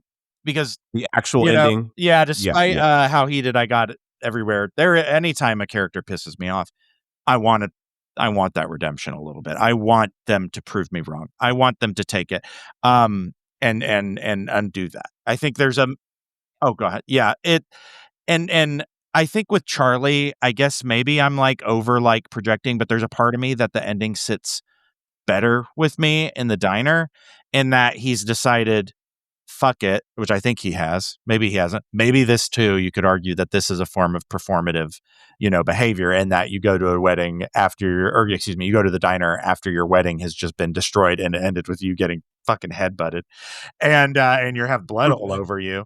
And he's like, words you never want to hear at a wedding. Did you sexually harass my wife? Yeah. At a wedding. He like him entering that diner, and the woman who's taking his order is like, is everything okay? Is something wrong? And he's like, oh, I'm fine. Like, I don't know. There's part of me, and you could see like someone who's like clearly been through it, and you're just like, no, everything's fine. Like that in of itself is a bit of a like, look at me energy kind of move. But I think for this film, I think he really is tired, and I think he's finally broken to the point where he's like, well, everyone's perception of me is fractured, and now I'm like, this is what it is. And so I don't think he's learned his lesson, but I think he's prime to learn a bit more about himself. But in a way, they're both freed now, and that's what that's where I'm like, I like it a little bit. Like that's where I love like how they're both in that sense, because like obviously she attempted it earlier in the movie, and now it's just like, let's reintroduce ourselves to each other, because clearly, and it begs the question, how deep was their relationship before this incident, this thing was brought up? Because how surface level were they? Because the fact that he had no inclination that there was, like, you guys haven't had those deep conversations. That maybe that's just me, because I skip all the small talk with people. I want to know, like, yeah, what's the most embarrassing thing you've ever done? You like so that we can get past that, so I can feel vulnerable with you and feel safe in that space. So I really liked the way that they kind of tied that up there at the end with the two of them, because in a way they really are being reintroduced to each other for the first time with this new information. So it's like everything's on the table now, so there's nothing left that can really destroy us if we want to move forward. You know, so I kind of I appreciate y'all's interpretation, because now reading the diner scene, I never got the read that it was performative, but I do like that it is kind of that reckoning. It's like the polar opposite of that entire wedding, where he was a groomzilla the entire time. He had his fairy tale wedding, but now he is reckoning with the fact that his beautiful like princess in the ivory tower, like, she's off the pedestal, and now he has to reckon with her as a real person that had a past and had issues. And I think the diner scene conveys that, with him actually showing up covered in blood and being gross. And then I don't even know, like, as much as I'm like, oh, was he really thinking that she would show up there? Because I know that is a callback to their conversation where they said that, oh, like the Oscars, we go to a little cafe. But there's a part of me that wonders that he doesn't think that he's going because he wants to go, not because he really thinks she's going to be there. She's going to be there. Yeah. Yeah, I definitely read it as a sign that despite all of the craziness and his poor decisions and everything, and maybe I'm just the romantic here, I really read that as he genuinely loved her. And it was nice, and this is why I say it kind of fits into the rom-com formula. It was a nice setup and payoff. Like, that was a little line they just snuck in halfway through the movie that felt like a nothing, but like when you're in a romantic relationship with someone, like those little nuggets are sometimes the key to the relationship. And the fact that he went there just in hopes, I don't know if he knew she was going to be there. I think he hoped she would be there. Yeah. He was really stressing about trying. He was calling. He's like, where is she? Because I think he really genuinely realized, oh my God, I've ruined all of this. This is all my fault. I just want to like have a real conversation with you outside of all this. And I hope she's there. That was how I interpreted it anyway. Yeah. Yeah. And but to the ending of I have problems. I have problems thinking that she could do that. That's where with the cheating. The cheating, the explode, like the painful public humiliation. I would have to move away. I wouldn't feel comfortable being in a room with any of those people ever again. Just like the shame of it all. I would have a hard time with. I was listening to my friends. I'm like, what's the annulment period after you like sign the documents? Like, is she still within that window? Because I just have a hard time thinking that could ever be repaired in a meaningful way. As like cute as it was, I don't think as she'd be there that quickly, bare minimum. Like, I don't think she would like be there that night to like, let's make up. Like, Yeah. And that's why I say from a screenplay standpoint, I understand it because it is a contrivance. There's like that they had to neatly put them in this space and do the callback of the line. But personally, I was able to relinquish or suspend the belief because I desperately wanted this situation to be resolved between them. I can understand. And again, this is why I feel like this is where you're like, this is again, not trying to be dead horse, but this is why I'm like, no, this is a romance. This is a romantic comedy. It's a comedy in that it works out. Like they are able to. There's setups and payoffs that pay off at the end. It calls back to both the line about the diner, but also their meet cute, and then also like their, like it. For me, like from a narrative perspective, it's very satisfying. From a character perspective, I don't disagree. It's definitely a stretch. It's a stretch, it's a stretch. I agree. Okay, Caleb, I love this conversation. Let's just call that out. This conversation is amazing, and you guys are so smart and amazing. I just have to say that because you're bringing me around to a lot of things. First of all, that this is a romantic comedy, because one of my favorite movies of all time is You've Got Mail. Do you think the homegirl at the end of that, after being gaslit and lied to, her business gets closed by like the man Tom Hanks, the monster? Like, absolutely you think not. she's going to be okay with this? And so we allow that to It's not romantic. You are fucked up, sir. That's what we allow a nice, generous suspension of disbelief there. And this one is actually a much smaller ask because it's not saying they're going to be together forever. It's just saying, let's start over. And the starting over, 10 minutes, 30 minutes, 50 hours, 300 days later could be, this isn't working because of all of the baggage. Right. Yeah. It's not, we're going to kiss with Brinkley at our side and the music swells and we're going to get married. Yes. You know, it's just a very like, well, that was a crazy week. Can you believe that? Do you want to try again? It's like, the school shooting of it all. The other thing. But really, beneath all the relationship drama that we just spent a lot of time talking about, the film is exploring the why behind Emma's interest in school shootings. And I actually thought that, writer-director Kristoffer Borgli's presents the representation of young Emma in a very ambiguous fashion. Like I said earlier, it's like, are they dream sequences? Are they Charlie's perception of what happened? Are they her flashbacks? A little unclear. But either way, the sequences are often, montage or short segments showing young Emma, who's played by Jordan Corrett, I think's her name, who is playing the shooting. And I just want to kind of jump to, like, what did you guys make of Emma's motive to consider the school shooting to start with? Because I thought that was the more damning commentary, especially coming from a Norwegian filmmaker.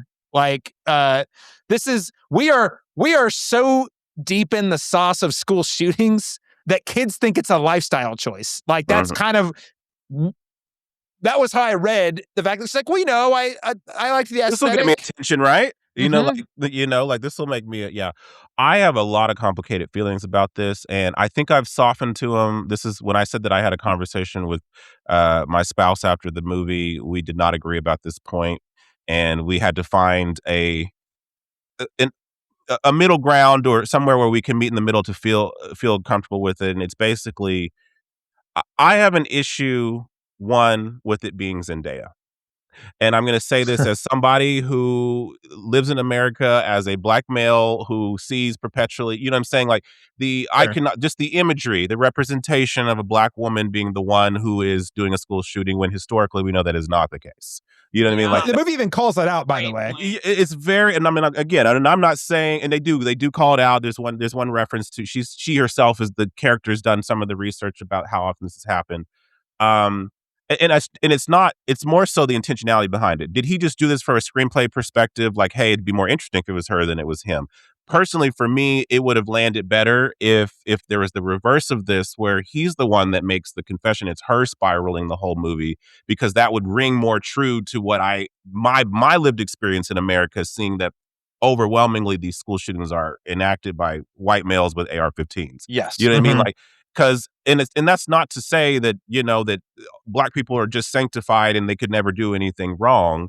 It's just more so like it's weird to choose something that's less common or less known or less like where we can just go to statistics and show, here are all the faces of the last people who did these things. It just seems like that would have rang more true personally for me. But he was telling me, he was like, well, you can't just watch the movie and take that element out of it and just look at it as a concept and not just like, and I said, I understand how you could do that. I can't do that because I am a Black person and I'm seeing this image and it's kind of weirdly, in a way, intentional or not, is kind of like, you know what I mean? Like creating this strange, like this connotation that I don't even think exists. And I've seen this with other Black women, and specifically their responses to this movie. It was like, they both look at each other like, girl, we would never do that. Like that. It's just kind of a strange, like, and so I'm wondering if that even played a factor in your mind, or you were able to just watch it as a movie and just say, I didn't even think about that element of it. And for whatever reason, I immediately, for me to even buy into it and from the get-go, was just like, I just don't see her doing that. You know what I mean? Like specifically her. And I don't know if it was like, say, and there's also like the idea of just casting Zendaya. Did you cast Zendaya because she's a movie star and she would sell this movie, or did you? That's it. Yeah. Or could you have put like a Jennifer Lawrence or a whoever in this, and would it be the same movie? Is race even a factor in this movie at all? No. And that's what I'm saying. And I think that's what I'm saying is like, unfortunately, I was not able to remove that, from my experience with it, whether it was intentional or not. To your point, Laron, I'm going to see if I can say this like skillfully. Here goes. Sure.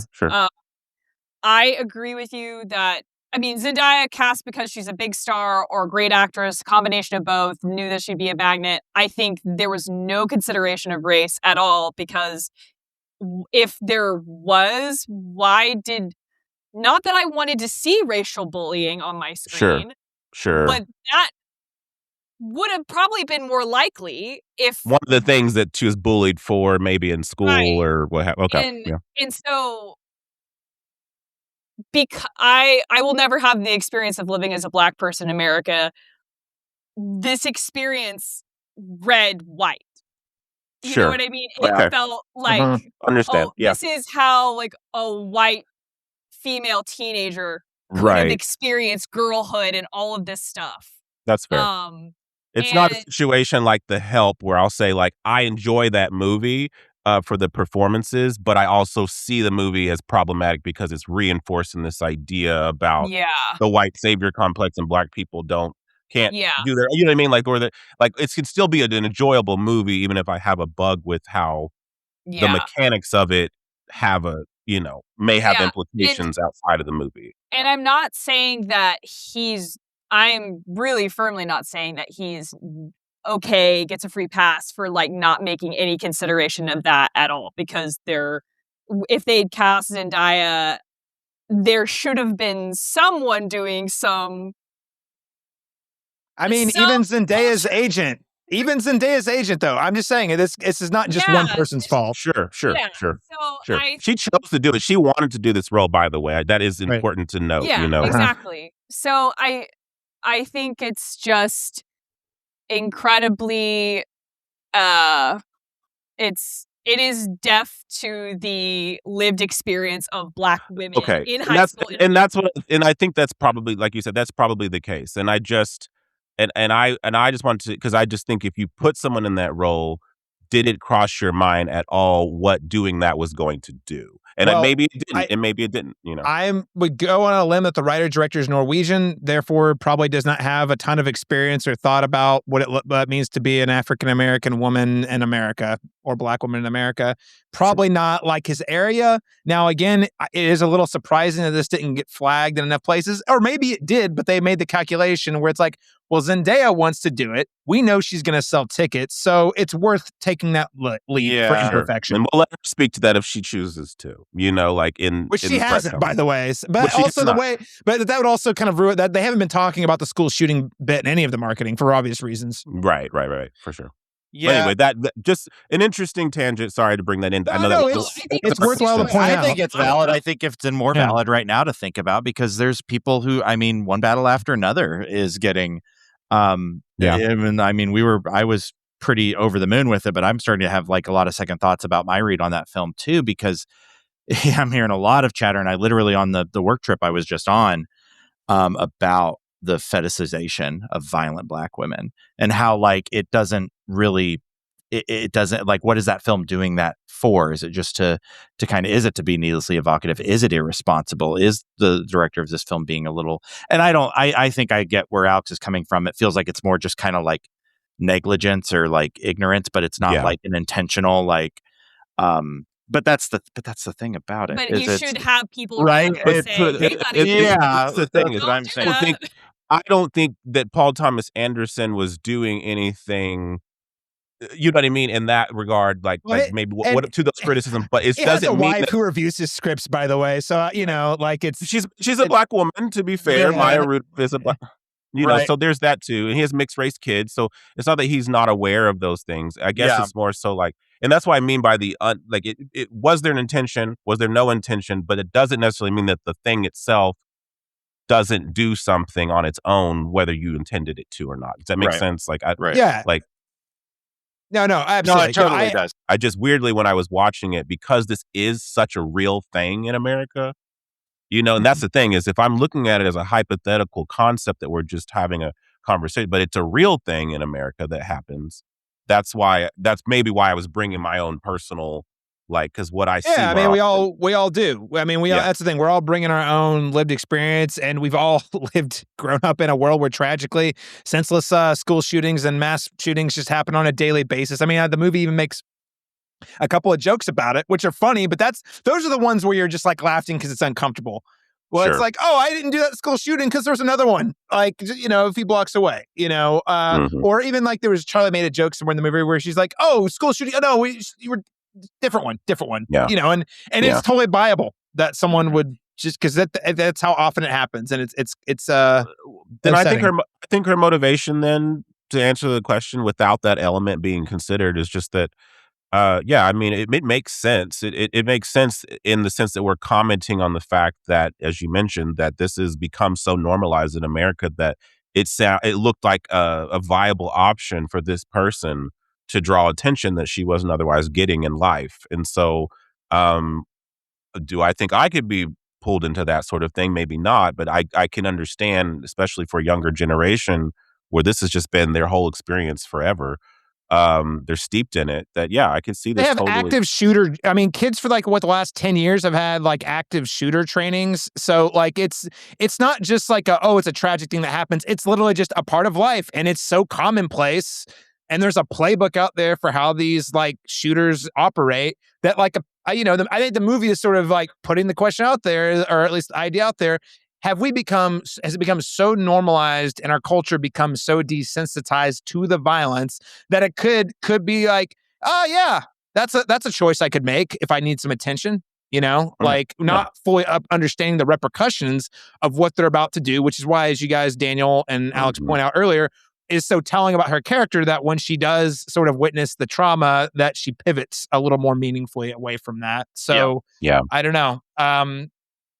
Lots to unpack there. Do we have anything else we want to say about school shootings?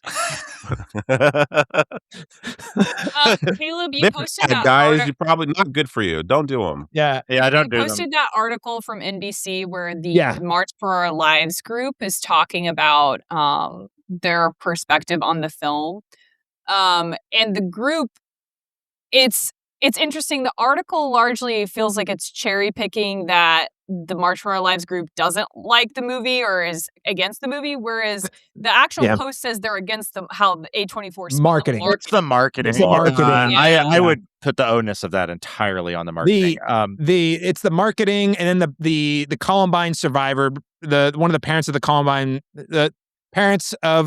Columbine victims, rather. Sorry. Was unhappy, hadn't seen the movie, but was unhappy that it felt like it was the fact they were making a movie about it and marketing it as a rom-com was making it more normalized. Yeah. Yeah. and the being blindsided to the fact of it, because I asked the question, like, should this movie have come with a trigger warning? The trigger warning would ruin the movie for people, so therein lies the conflict. Is like, what's the responsibility in that regard to try and preserve the artistic integrity of the movie, but also not unintentionally traumatize people who went in to see a lighthearted movie and then left having to unpack something they may have actually went through, like. There's a part of me that was like trying to put on my like marketer brain and be like, okay, so like, how could A24 have done that without outright being like trigger warning, this film has content that relates to a school shooting or a potential school shooting or uses that as a topic. And I tried to think about it, and it was really hard. I was like, do you put like a band at the front of the trailer, at the end of the trailer, like a lower third that people aren't going to see? That's like, go here to learn about perhaps a trigger warning that like you might need to know about before you like dive into this film, or you might want to know about, but we're not going to say it here because it is going to spoil the movie. Like, you know what I mean? Like, it's like, it was so hard for me to like figure out how do you mend that. Well, and I mean that even putting a trigger warning on it is probably a surefire way to turn people away from seeing it, which is the opposite of what they want. Yeah. So exactly. And so it's, and A24, they do be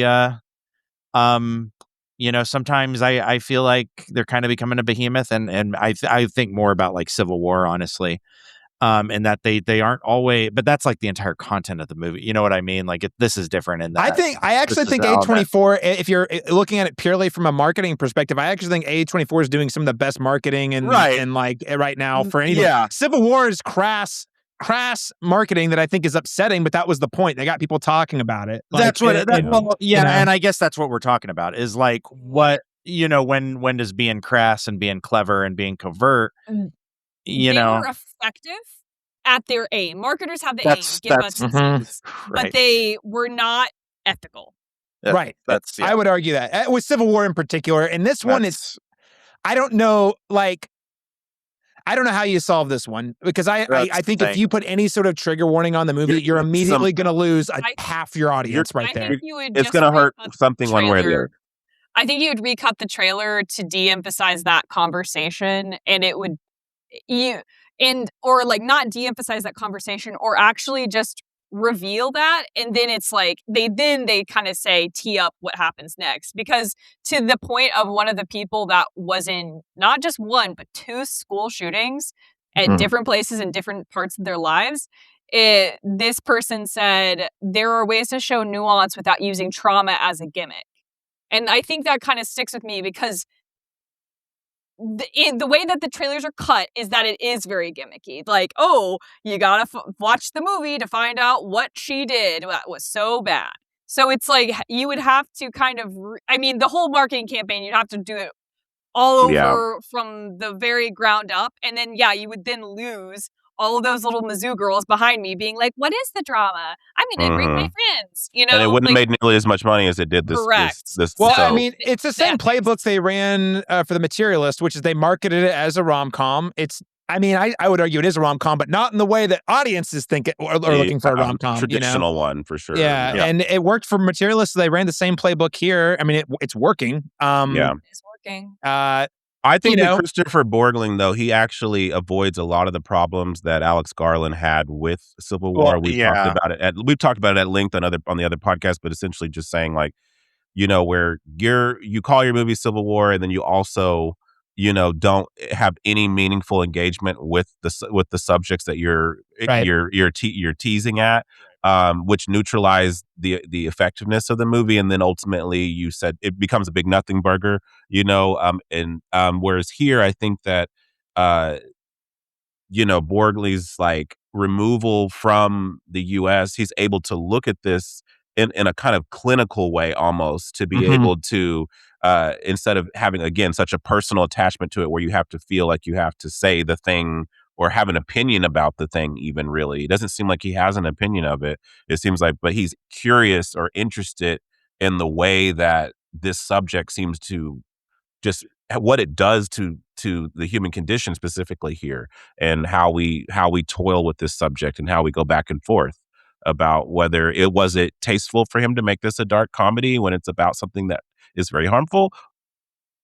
Somebody's going to say, no, I don't think it was mean-spirited. I think he was being satirical about it in a way that provokes, conversations like the one we're having. And so I think that is meaningful, about that. So, but somebody who maybe went through it might say that I didn't have a good time. But I understand that too. But this movie is not for everybody. I mean, true, I hate to say it. It's just not for everybody. I mean, I would recommend it to a lot of people. I wouldn't recommend it to everybody. And, I come down on, you got to be tasteful, and that's a hard line to walk when you're dealing with something that's so sensitive to so many people in this country.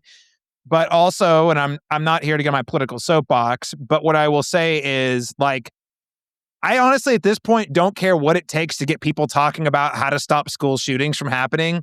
I honest to God, David Elric one time, famous of IndieWire, he said, if I ever get shot in a school shooting and murdered, please put my name on the legislation to make sure it never happens again. Put me on there. Sign me on the dotted line.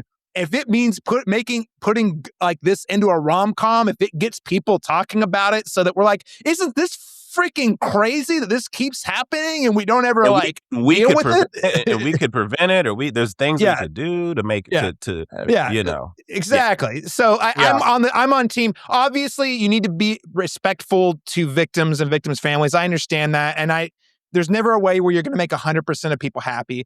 But I'm going to land. I'm more in the camp of like, you know what? I don't think they necessarily made the wrong call. Did they make the most sensitive call? They did not.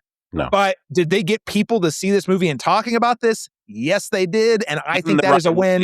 In the right ways. That should be Yes. talking about it. Yes. Yes. Right. The movie Absolutely. itself, I find the movie's interrogation of all of this outside of like the racial dynamic involved in it, that they completely ignore and the fact that the unlikelihood of her actually being the perpetrator of that. Yeah, exactly. All of that aside, like I think the handling of the stuff around the school shooting was really well done and sensitive, like the trauma counselor scenes, the grief of the other students, the advocacy, like all of that stuff, and her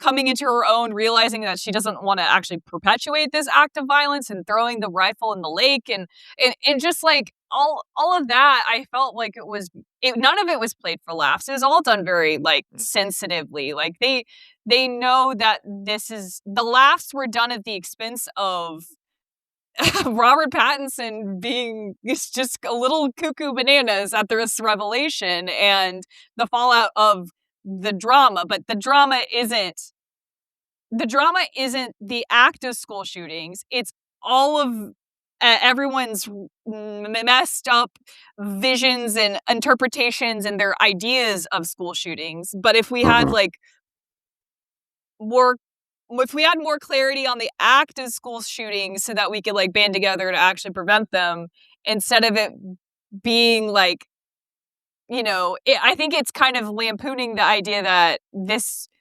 becomes like such a huge thing at someone's wedding. Like, you know what I mean? That Oh no, I hear you though. Like it is so steeped in the culture though that the fact that someone and like the fact that we are so sensitive to it, even the idea that someone could bring up something as simple as, I planned a school shooting once and go through with it days before your wedding, could be so triggering to someone that it makes them reconsider whether or not they want to marry that person just days. I think that's what I'm kind of getting at. The movie is sort of a commentary on how this thing is such a large elephant in the room of our culture that and you can plug it into this scenario and play it for laughs. I mean, not the shooting part. That part's not funny, but that's the way how that it is. Yeah, exactly. But that's it's everywhere, and we all kind of get it. We all understand that. Oh yeah, that's the thing you don't talk about, or oh yeah, that's the thing you do not want in any way associated with you. It's taboo. I think it's taboo. Yeah, but the way we wound up. We got to talk about it because I mean, talking about it does like, in to some extent, the frequency at which it happens, it does normalize it. But I think it's way worse to be desensitized and then in such a way where you just want to like avoid it. It's kind of like, I've been listening to a podcast about like, this is going to sound like a tangent. Maybe this is more reserved for like the 28 years later, the Bone Temple, but like the Jimmy Savile of it all. Britain And part of the reason why Jimmy Savile was able to do what he did to so many people was because British society, at least to some extent, didn't want to talk about it. They don't want to, at the time, didn't want to admit that we have the most prolific, like rapist and pedophile of all time, and he's one of our celebrities. Like they're getting the signs for it. And again, it's hindsight 2020. So I'm not trying to like be hard on the UK or anything in that way, but there's a part of society that we just don't want to talk about that. And like, it sucks to talk about the uncomfortable things. And to be honest, like, I am very, very, very, very, very lucky to not have been at a school shooting and to know someone extremely closely who has been directly affected by one. And I say directly affected because we all kind of know somebody who has in some way, because that's how prolific it is. But like, I don't know anyone who was almost killed in a school shooting, I guess is what I'm trying to get at. And I feel very lucky for that. And I know how lucky it is because it's becoming it's like less and less common that you can go through your life and avoid it. Bare minimum, you're still getting the exposure to it in terms of how frequently it happens. And while I do think, maybe there is some little bit of sleaziness to deliver it and deliver commentary on it in this. And I don't think the film, and I want to be clear, and I do agree with like what you're saying, Laron, and something that I didn't even consider. But again, like, an Alex explanation beyond that, of the probably the racial misstep in casting Zendaya and portraying a black woman as the one who would allegedly be the person to potentially do this. I think beyond that, I do think this film does provide a pretty healthy dialogue about like healing and about potentially overcoming it. And I think like, unfortunately, it's a shitty subject. It sucks, but it's like you have to talk about it to actually do something about it. Because which because the people who want to keep firearms accessible, the people who want to keep giving AR-15s to people on the reg, and keep selling them and make money off of those. Like, they're going to act like, oh, this tragedy, yada, yada, yada. They're going to do the well, they don't want us talking about that's the thing. That's the thing. We have become so desensitized to in every facet of the word, not even just the tragedy that occurs, but the conversation that follows, the political talk. We're so desensitized to it. It almost feels like, well, what's the point of going through the motion of talking about this again when it happens? Because we've done this 50, 60, 70 times now and it still happens. But the movie is saying, no, we still need to talk about it. And I think that is valuable. Yeah, absolutely. Yeah, absolutely. And I think, we need to talk about it. And it's important to talk about because when we don't talk about it, things like the Me Too movement, Harvey Weinstein, and things like the Epstein files, all these different things get swept under the rug. We're not talking about these subjects anymore. But there's so many things to unpack about that we have to reconcile with as a society if we're going to heal or move forward or move past them. Right. We can't sweep them under the rug. That's my ending point. Yeah. Shame proliferates in silence and in the dark. Like, we have to make movement on this. Like, we have to get it into the light. Yeah. Talk about it. Right. This is signed a very tired, exhausted millennial who's tired of talking about it is saying we got to keep talking about it because if we don't, keep the drama going, guys. Keep the drama going. We need to make it go away. All right, everyone. Real deep, lengthy conversation today, but I appreciate. I think that just speaks to what all the drama has to offer to viewers. And again, I know we talked about some heavy subjects, but at the end of the day, I think there's a lot of fun to be had, despite the fact that there's some weighty things to take away from.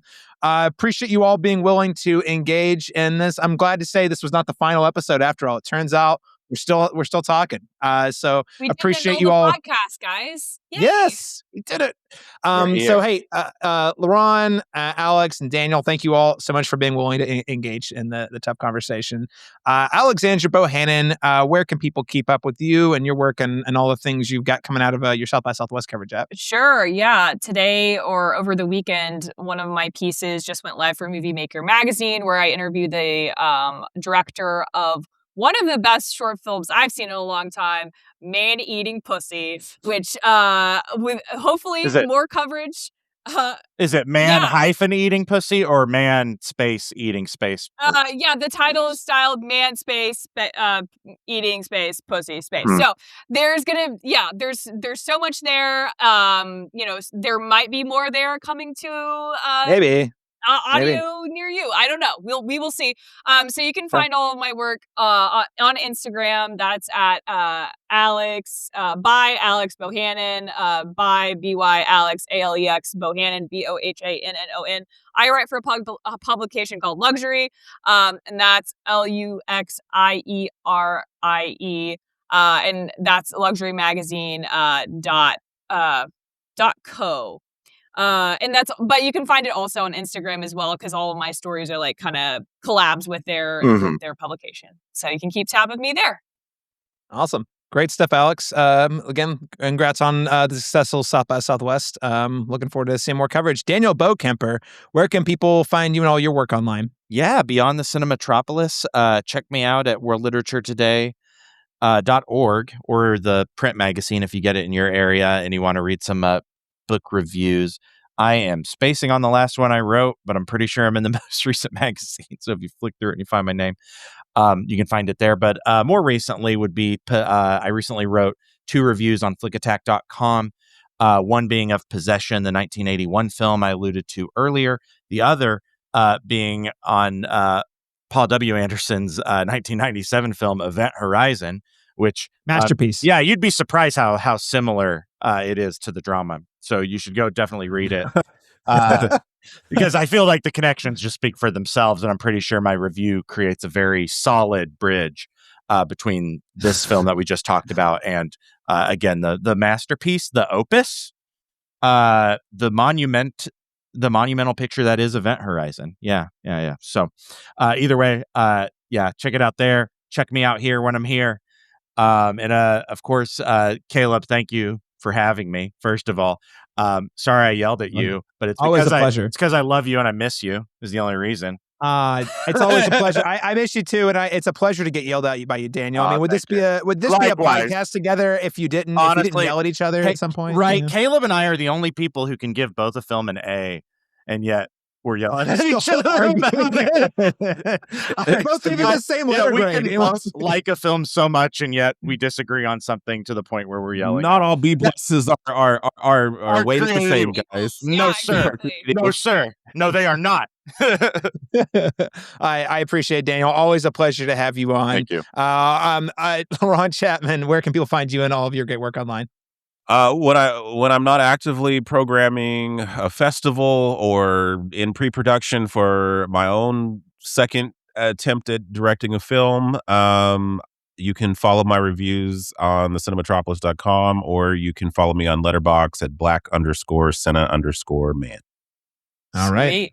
Fantastic. And of course, you can find me on all the social media channels at C Masters Talk. That's letter C Masters Talk, Instagram, Letterboxd. But frankly, just check out the Cinematropolis at cinematropolis.com. Also, I've been trying to put some real work into the Instagram channel. Check us out there. Trying to post more reels like conversations like this at the Cinematrop, or watch us on YouTube. Subscribe there. Check out the shorts, like the video, leave a comment. I can only imagine what sorts of comments we will get on this video. Can't wait to find out. Thank you so much for joining us, everyone. We'll be back in 2 weeks when Laron and I are reviewing a very completely non-controversial subject matter whatsoever. Michael. I just had to do it. Sorry, guys.